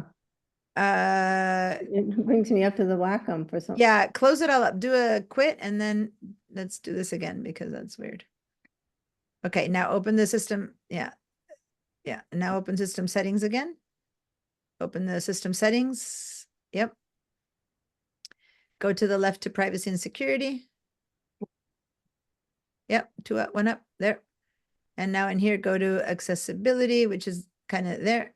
Yeah, and now it's working for Zoom. Okay, good. So now there was some glitch there. Let me Okay. move. So now don't move your mouse, and I can move your mouse on yours. So technically it's all good for me to go. Yeah. Okay. So the only reason I wanted to do this is because each time you move from here to here, you're doing that or this, right? Because Zoom is in the way, right? Yeah. So instead, grab your Photoshop from the corner and drag it in and let Zoom be there. Is that, you see? So then you can see your tools all the time. Does that make sense? Did I go far enough to leave Zoom out of the way? And then you don't have to. I'm or not seeing Zoom. Oh, because you're not, okay. But you see what I'm doing? I'm grabbing the very far corner Yeah, of Photoshop. right. And now I move it until Zoom is out of the way, right? You'll see it when you stop. And then you'll always have all your tools next to each other, okay? And I'm going to get rid of this one because we don't need it. And now we're going to start again. So with this tool, you're going to click, click, click. But see how I'm just moving it freely, Yeah, freely. Whoa, right. okay. And I'm going to escape to get rid of it. Okay. So now let me stop. Okay. Your mouse. Move your don't worry about Zoom right now. Just go to let's do the diamond shape. Let's go to the tool. I'm going to get your first layer going. So go to my mouse. I'm not using your mouse anymore. So you should have your own control. There we go. Yep. And the last one, there it is. You got it actually. So you don't need to. Okay. Perfect. But if I didn't get it, I'd do command. Command and it would find it. You Yeah. need to be near enough so you don't get Uh-huh. like a weird jag. Like the first one that I had you go somewhere else and you got the weird tip suddenly, right? Because it follows you. So go near enough. And there it was. Okay. So now go to the bottom of the layers panel and we're going to get an adjustment layer. Okay. And you're going to choose a levels. Yep. Cool. And now on the properties panel, which is up, just popped up on there, we're going to move that middle one to the right or to the left. And it's going to lighten or darken. Okay. Okay. And then, as we said before, how much or how little, you probably need to go back and forth and adjust, right? Okay. But yeah, as long as you can see it right now, so it And might be then much I will- bigger. Yeah. It'll look weird at first, but now go back with your tool and make the next diamond. But if you, yeah, so go to, no, the tool has been selected. You don't need to keep selecting it. That's never going to change until you're done. Make your next diamond. And remember, you don't need to follow it. You can just click.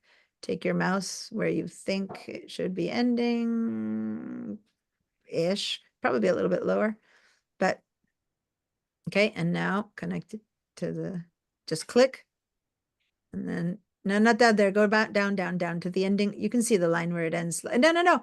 Where you were, but move down across that bright line. It'll connect to the end of that bright line. Move like to the left and down a little bit. Where the white finishes. Oh, with Yeah, that. there. Yeah, there. Click there. And now go to because we're not inventing the facets, right? We're following Yeah, it the seems to ones be that working exist. for me here. Yeah. Okay. And now go down, make a new levels. Okay. Perfect. Now move that one up and down. Not there, at the top. Not those. At the top. No. Where you are, put your mouse again where you were. Oh, at Right. the top. That the top. So go to move the middle one. Yeah, that's the middle tones. Okay. And there you go. And keep going. Just move it so that you can see that something's It is happening, even if moving, it's yeah. too dark or too near. Right now, you left it kind of in the middle is exactly where it was. So move it to the right or to the left. It doesn't matter which. So you see it. There we go. Hmm. And the reason I'm saying that, because notice that you're getting a little bit of like you need to make your marks a tiny bit closer, because see how you're getting that, or Yeah. they're overlapping. Okay. So a little Then bit. Go back here. No, for now, keep going. By the time you change it to a more natural tone, it Uh-huh. won't be that obvious. Right now, you're going so bright that they're making it, you can see it, but yeah, click and And I just do another one. yeah. And that's about right. And that's about right. And that's about right. Yep. And then, there, you found it. Perfect. I don't know why it's working now. It wasn't working very well. Because the magic share, Oh, okay? it was that I Share- was, Share I your was screen with holding your it teacher. down. Yeah, oh, you were holding down the mouse the I whole was time, holding my finger down when I was moving it. moving it. So you were kind of drawing it out. No, hold on. That's Then not then I a, have to make another adjustment level. yeah, you were adjusting the layers of the other one. Yeah. There. Now this was, and you guys can number them 1, 2, 3, 4, you know, well, they are actually numbered. If you want to say middle one or last one, Yeah. but there's so Okay. many, it's not worth it, right? Move it, Okay, it's not very visible. Make it really obvious. It won't look good yet, but make it really obvious. Move it a lot more to the left or to the right. So you can really see where the lines are for the next one. Yeah. Okay. At first, they don't need to make much sense. It's more like knowing how to create the pattern. Does that make sense? oh, okay. Ideally, it would all look. Yeah, I have a feeling that one goes almost to the bottom. It's a big one. Like, you see where the other one, let me try to remember. Let me see on mine. That's a pretty big one. It goes down. You see how there's a color change? Go ahead and say delete and delete one more time. Delete key, delete key. Command D, No, delete key, just the delete key, like when you, the one. delete. Yeah, and then one more time. Okay. No, you deleted all of them. Okay, now go back down and make the one that's in the corner, the logical one. Yeah. And I think the next one, go all the way down to that triangle. You'll see that's lighter. Down here, No, to the left. Yeah. or down that- here. Yeah, about there. Yeah, that seems to be the Okay. facet. And it's hard to tell, you know, but Yeah. that's about right. Okay. Then I make a new adjustment mat. A new adjustment layer for that. Once you begin to feel more confident that you have your corners, your facets right, then go back and say, well, I'm going to make this one darker, lighter. And like they said, if you had a real jewel in front of you, was it Barbara who said she'd feel more confident that it's working, right? Yeah, this is a little hard to find this one. Not sure how Yeah, you- that's about right. That's about right. And there, yeah, that's about right. And again, if you make the others, yeah, that's about right, exactly. And then you have one down there, yeah. So I'll let you go. You're doing great. Okay. And And then the then- other question I had was the circle. I couldn't get the circle to get, Go ahead and go to the, I've discovered today, maybe it's easier to not do a circle for people who are new to these selections and to just use a brush, but yeah. I used to be able to make circles when I was in that other class. And that- the Illustrator class, yeah, okay. So Yeah. go back to the circle then and I'll show you. Okay, I could make it, yeah, okay, so let's go ahead and hold down Hold your shift. option key, option, because you're in the middle, and shift to make it a circle. Option and shift, and now pull out. oh, okay, Keep going, keep going, keep going all the way to the almost edge. okay. There we okay, go. Option and shift, okay. And you went a little bit over, but that's all Little bit right, because you over, can. yeah. Then you can move it, right? Yeah. Like that, Mm-hmm. yeah, okay. Okay. And now you have to make another levels for that to make it lighter. That's And- an adjustment level again? Yep, adjustment levels to make it lighter, and then with the same mass, you can make it Do you do more levels again? vibrant. Yeah, this one needs to be lightened before you'll notice any. If you do vibrance right now, yeah, levels. If Levels? you do vibrance right now, it's so dark that And you then won't I should say bead on this one, right? yeah, call it bead or something like that. Just double click. Oh, you can just, yeah, Bead. bead one maybe. Although beads, you really have one layer total for the beads, yeah, because one is enough. So go up to the levels, to the panel and lighten it. No, not from there, never. No. Move that up. Okay, It's oh, always the up top. there. Yeah, and move that one right or left, make it a bit lighter. Yeah, and now it looks a bit grayed out, but now you're gonna add a vibrance to that same area. Okay, So go back to your bead one, Uh-huh. Here, and yeah, and now click on the command and click on the mask. So hold down the command key and Command. click on the mask. but I'm on, it shows levels here. Yeah. Stop. Look at what happened on the layer. Oh, okay, You picked up that mask. Now okay. go down and choose vibrance. Levels, an adjustment layer, vibrance. Yeah, click on that. Choose vibrance. There. And now jam the saturation and the vibrance all the way to the right, just to see it, because I'm telling you, there's nothing subtle about making this one work. There you go. And there you go. And did you see how that bead Okay, changed? sure, uh-huh. Okay, and now in this case, since we want the same change for everything, you can now go get a round brush. Go get a round a brush. Go click a brush. Do it on the levels first. Go select your bead levels. One down, bead one. Oh, big On that one, one. Yep. Mhm. okay, And then go over to select a brush. Yep. okay. Yep. And then move over the beads and let's see what size your brush is. Okay, so make it bigger. Go to your bracket keys and make it biggish. Okay, and now put it over a bit bigger, maybe a bit. I don't know how much. Okay. And then now click and yeah, make a little wiggle with your mouse and start doing that over all of the beads so that you're getting a bit lighter. Okay. Right. Good. And now go to vibrance. Now go to vibrance if you're looking at your mask. Okay, Now see how levels now has a lot of little white spots in the little black mask. Now on your vibrance, you're going to do the same. No, the vibrance is maxed out already. Now go and put your brush over each one of the beads. And the on vibrance. this one, Yep. okay. Click, click, click, click, and click. Now you might notice that the gold on the one that you just finished touching, the one right before got a little bit orangey. It's such a detail, it doesn't matter, but that's because it fell within the brush size. So if you want to get really finicky to make it not get orangey, you might need to go back and just Over here, yeah, so see that little bit of the orange got it. It's so tiny that it doesn't matter. But if you get really finicky, then you go back into the mask and with a little black brush, you brush over that so it doesn't go orange. That's just pushing it, right? But yeah, so that would be, I'd go in here. yeah. But right now you're set. Now you just And need then to, use a black. one thing you need to do, let me do one more thing for you. Don't move your mouse.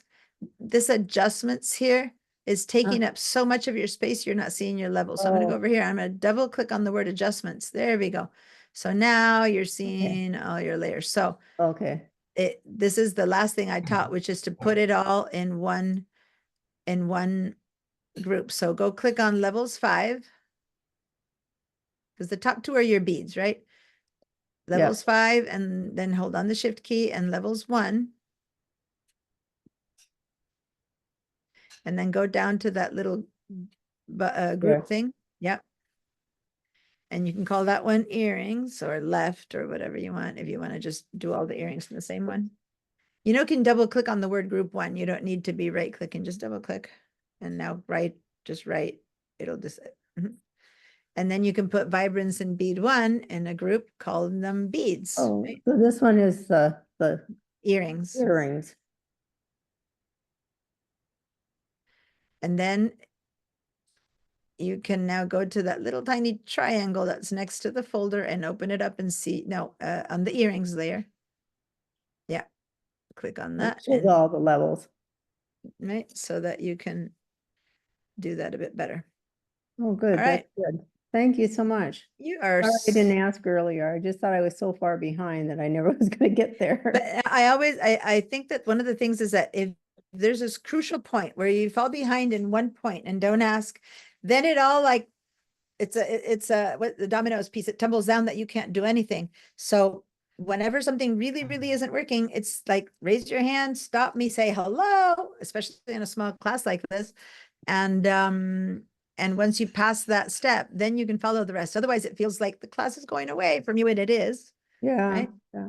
So promise me we have one more class after this one that you'll stop me right now today, and next class if anything happens. By the way, when this class is over next week, I am teaching another Photoshop starting the week after this one ends, but it's an evening class. Well, is it evening? Let me see. It's where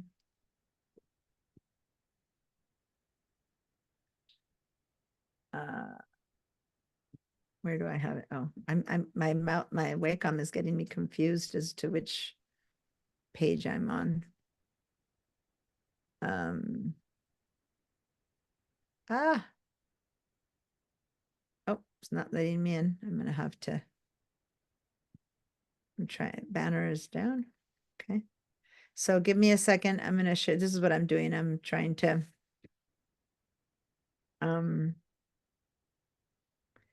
go back in here.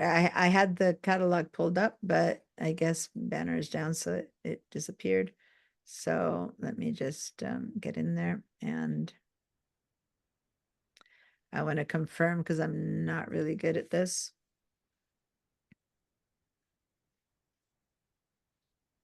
All non-credit, select, Musakio, search.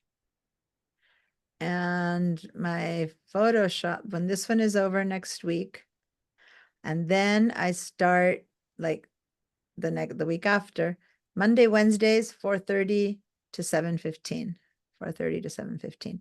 So Mondays and Wednesdays. So it's less weeks, plus we go over.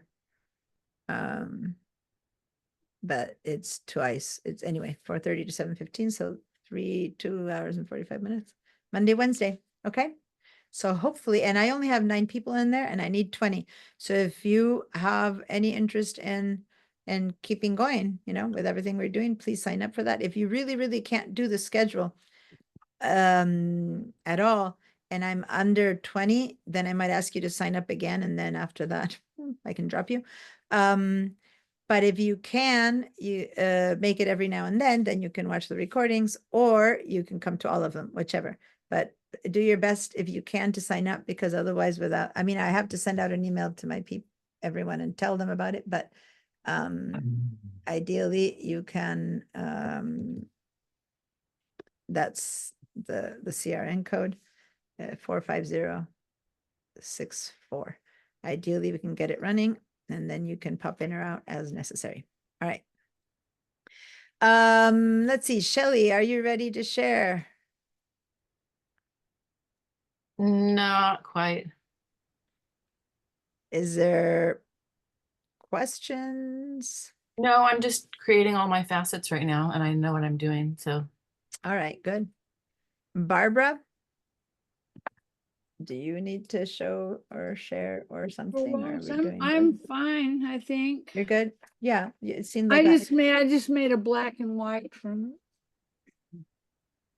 So I'm just noticing. By the way, was I sharing the schedule or not? Did I stop the Yeah, share? you shared it. Okay. Okay.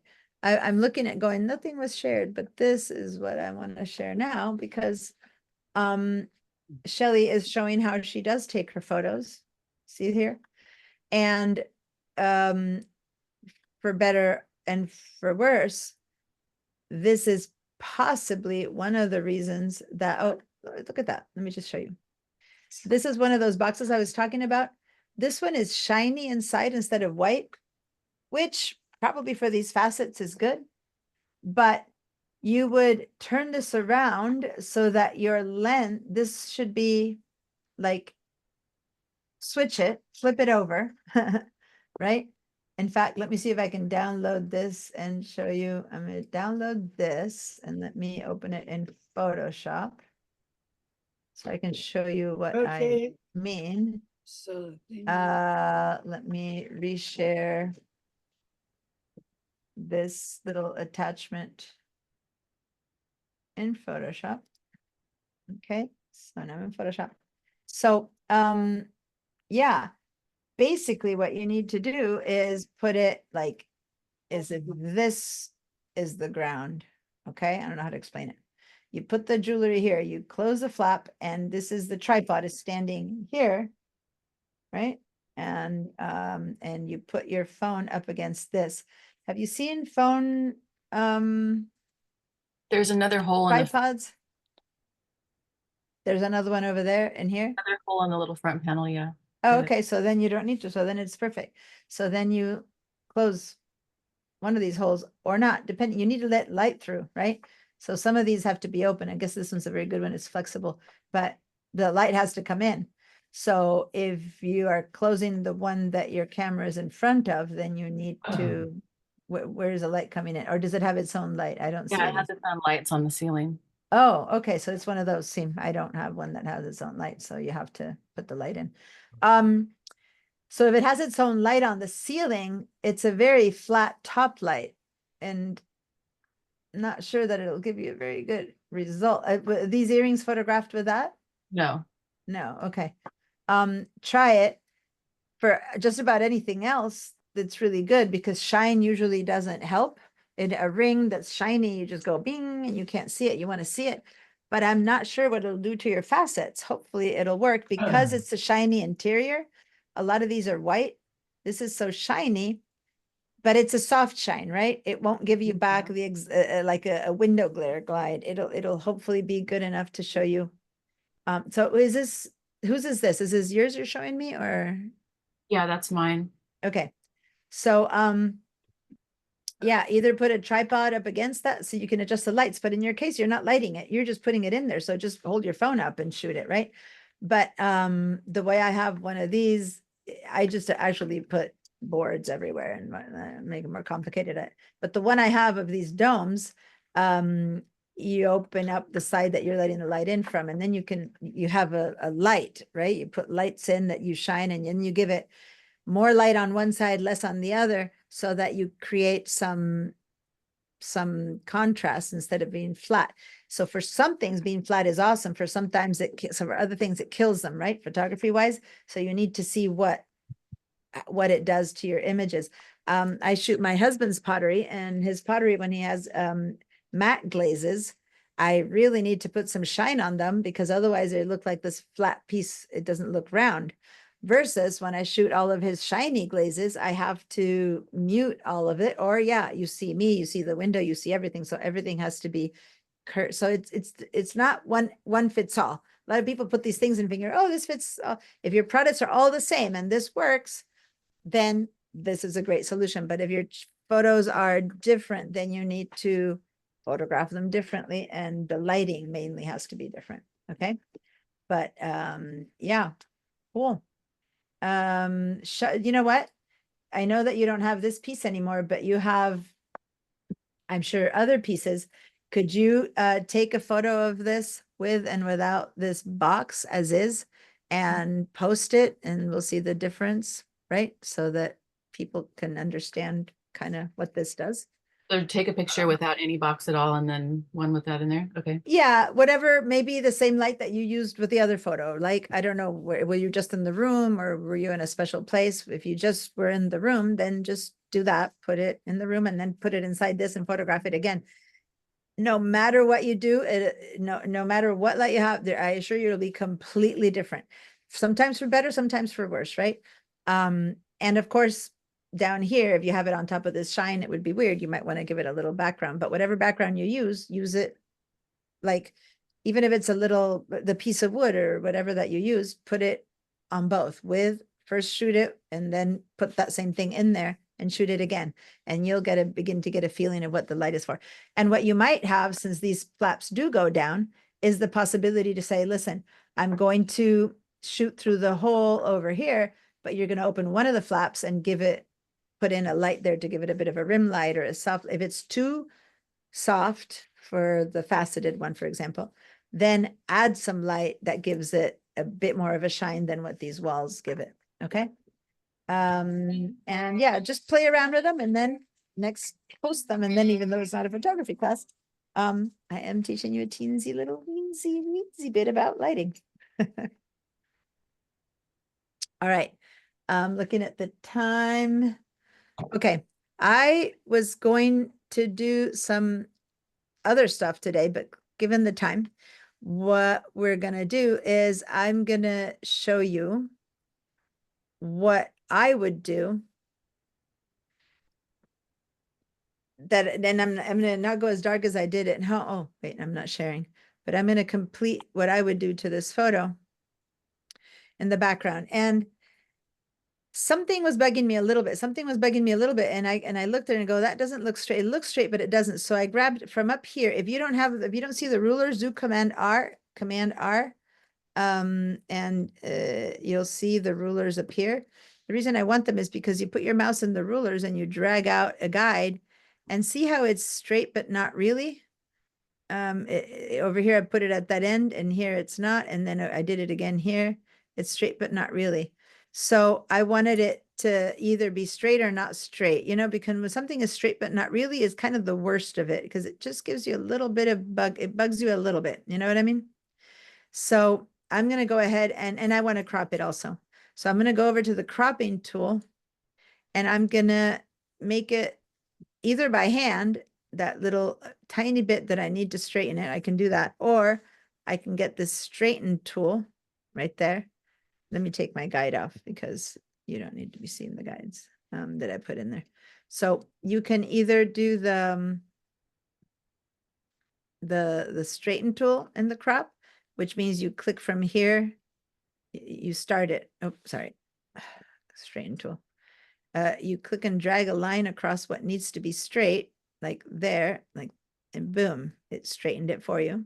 That's the straightening tool. Or you just do it like this and do it yourself, right? Using those guides that appear to kind of give you a hand. So either way, it's whatever you feel more comfortable with. So now I'm going to use this one again. Oh, I overdid it. I went too low. Okay. And then here's where we need to decide if we're going to want to do a generative fill of those edges, which is what I just did. I did it too fast, so you guys didn't see it. But there were some pieces left over when I did that straightening, remember? So let me undo that. Let me do it again.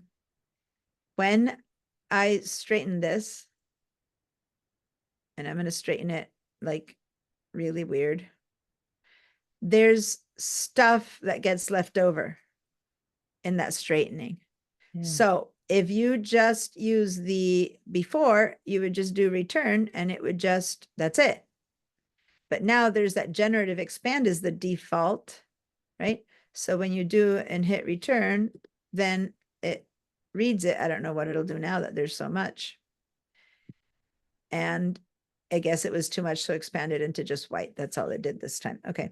But when I had just a teensy bit of a fix, I think it was about yay much, right? Oh, yay much of a fix. Then it did a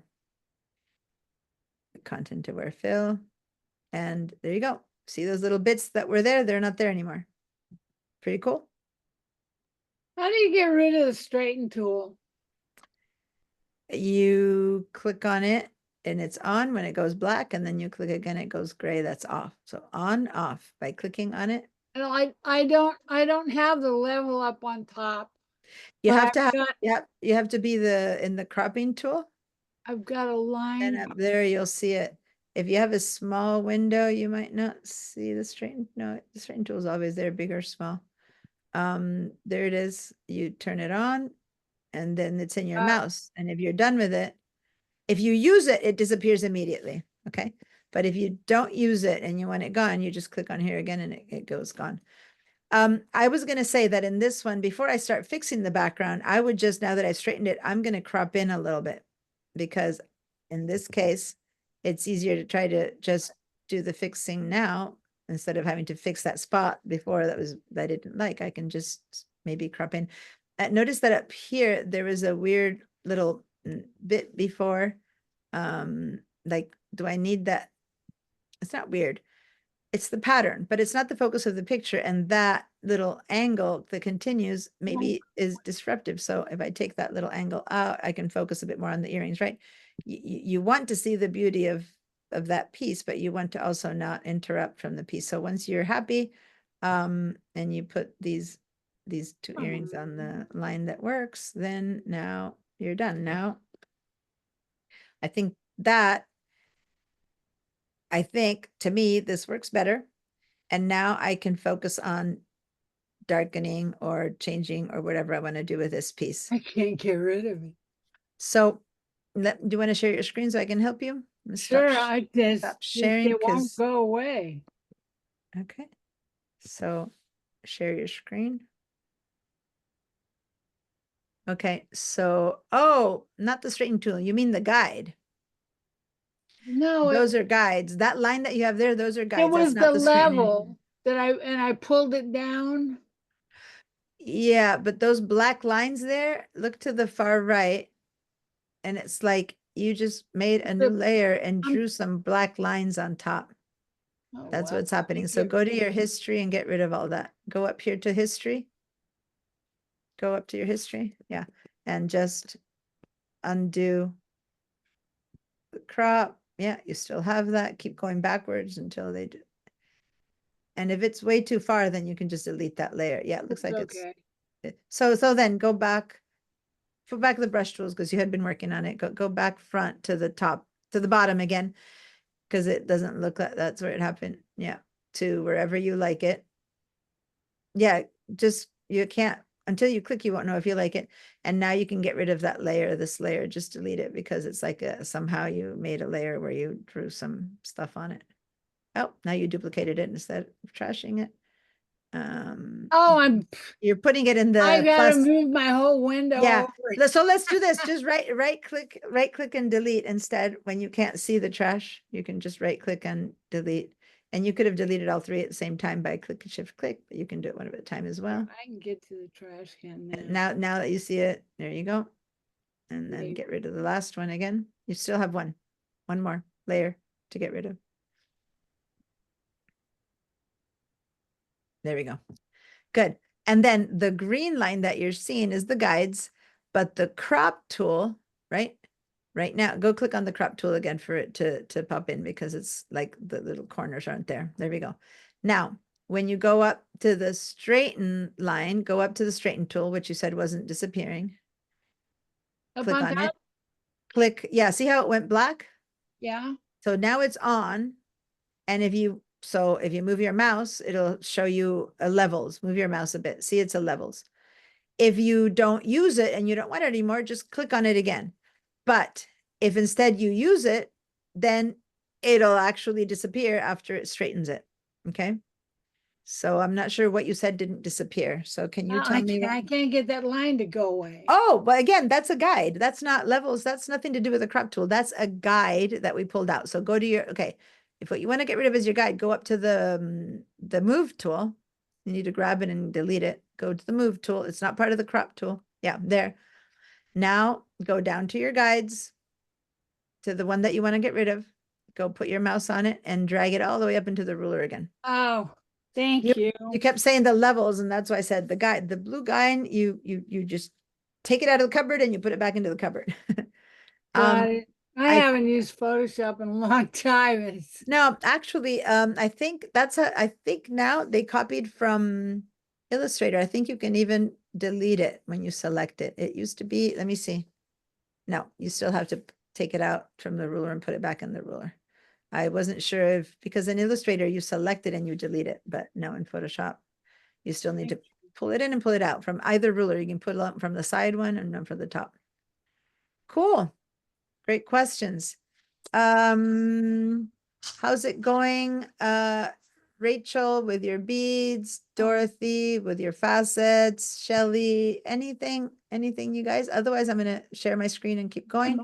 Yeah, I posted another one, but I Ooh. don't understand when you make your selection too big of a circle and it covers up part of that gold, how to take the gold off of the mask. Okay, great.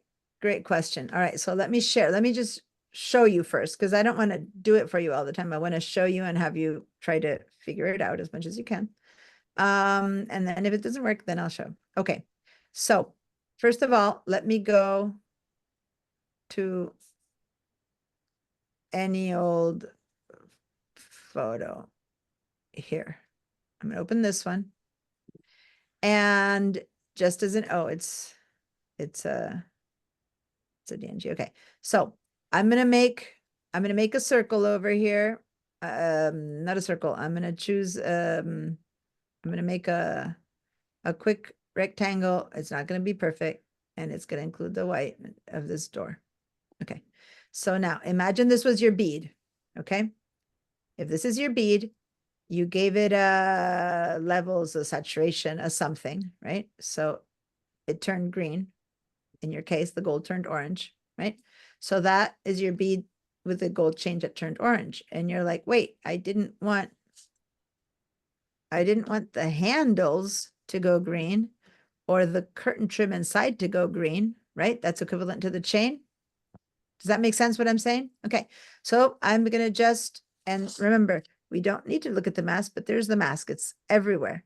So if I want something in here not to be affected, I need to put some black over that, right? So how do I do that? I grab the good old brush, right? Go to the brush, and I make sure that instead of white, I have black. So see how it's wrong? So I do my X key.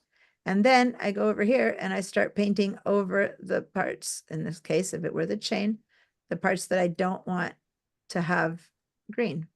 So I'm gonna make the handle turn green, this turn green. So I'm gonna just, in this case, I'm going too fast, so it's turning red, right? Because I'm not being careful. So maybe we wanted the top part of the door to stay red and the bottom to go green.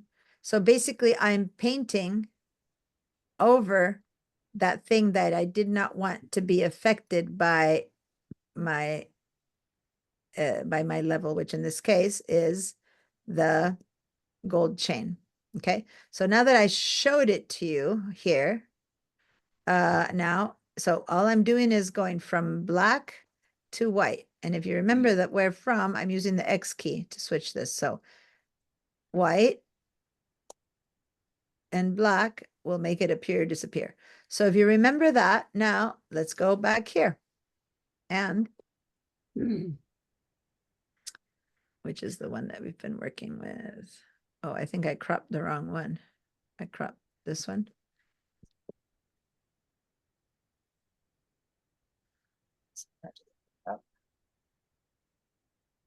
No. Which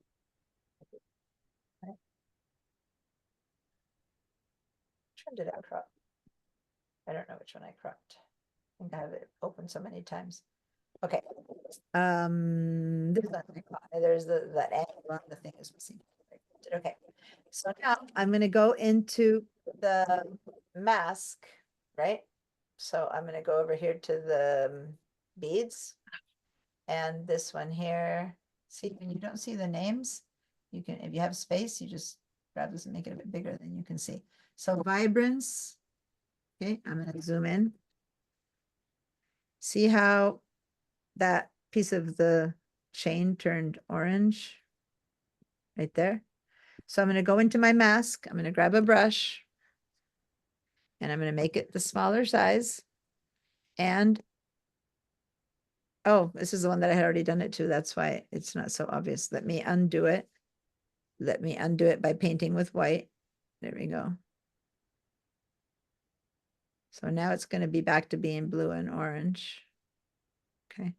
And this one, this is the only time I ever do use the mask, when I want to undo or fix something that I can see, because it was those lines I wanted to get rid of, but on that, I never used the mask. So there you go. There's the orange chain, right? So what I need to do is, you tell me, what do I need to do?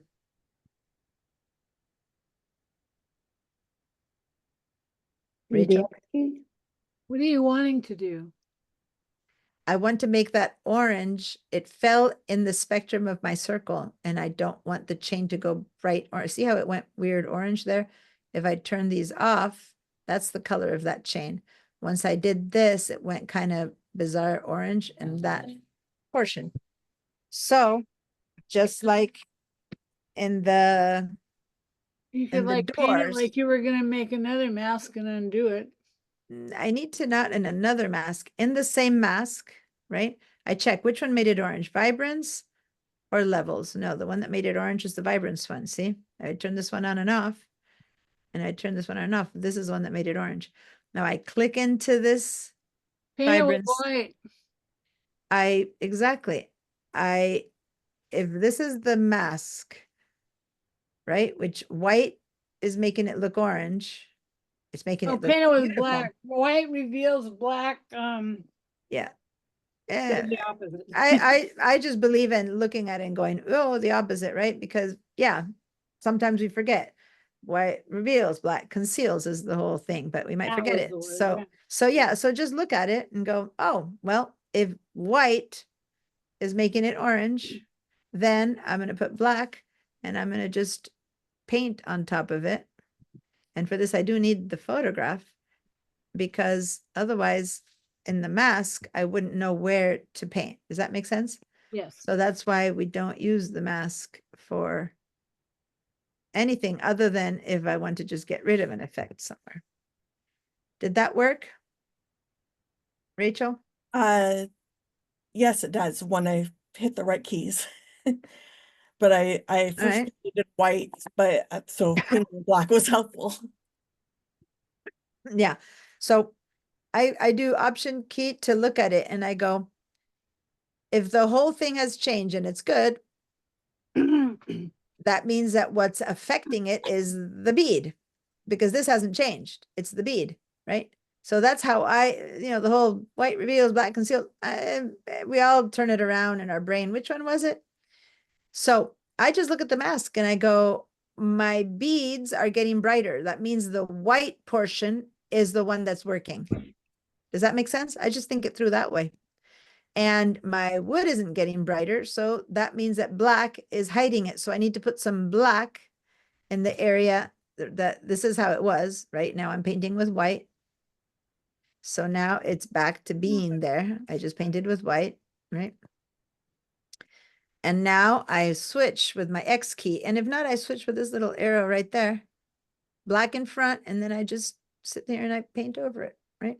Now you don't want to go too much over because I don't want to lose the effect. Right now I'm hiding the whole effect. And I'm like, no, that wasn't my idea. So then I just go black again and I paint it in again, but not the chain, or I'm losing the chain again. So then black, white, black, white, black, white. Does that make sense? And in this case, I didn't want that weird blue on any of them. So now I can go to the whole thing. And whenever I see a bit of that weird coloring, if there's any orange that I got that covered it, and I might not care that the gold goes orange, but for the most part, gold shouldn't be orange. So don't want to do that. And of course, this looks up high weird, but you want to make sure to remember that ultimately it's got to look good at 100, 200%. And yeah, so there you go. Those were the beads before and after. And I think this one I only did the left earring. Yeah, and then I started showing other stuff. So I guess I could sit here and do that a bit to finish it off. And then here, oh, here is some vibrance where I was playing around with the color of the garnet and the tourmaline. Tourmaline, right? And so Labradorite. Labradorite. What is tourmaline? Labradorite. And it's funny because it's one of the few rocks that I actually like, but the name. So now this is not the right color, okay? This is me saying, watch, I had started by making somewhere middle of the class, an oval there, the vibrance, right? On this. And now I'm going, oh, I like it or I don't like it. If I like it, it's the same one. I don't want to create a new one because I want the same tones on this one. Then all I need to do is come in here and paint a hole. And I'm being very, very unspecific there over here. And so now this one gets that same effect. And look at, it would be weird if I did it here because suddenly everything is getting bright, right? You have 100% opacity. So now I can go here and go, nah, or hue saturation or whatever it is that I want to do. For some of you who went black, I think dot, it's because you turn the saturation down. And so then look, my beads now are no color. Mhm. Okay. So anyway, or if instead I wanted to change their color, I could click on this mask since I already made it, right?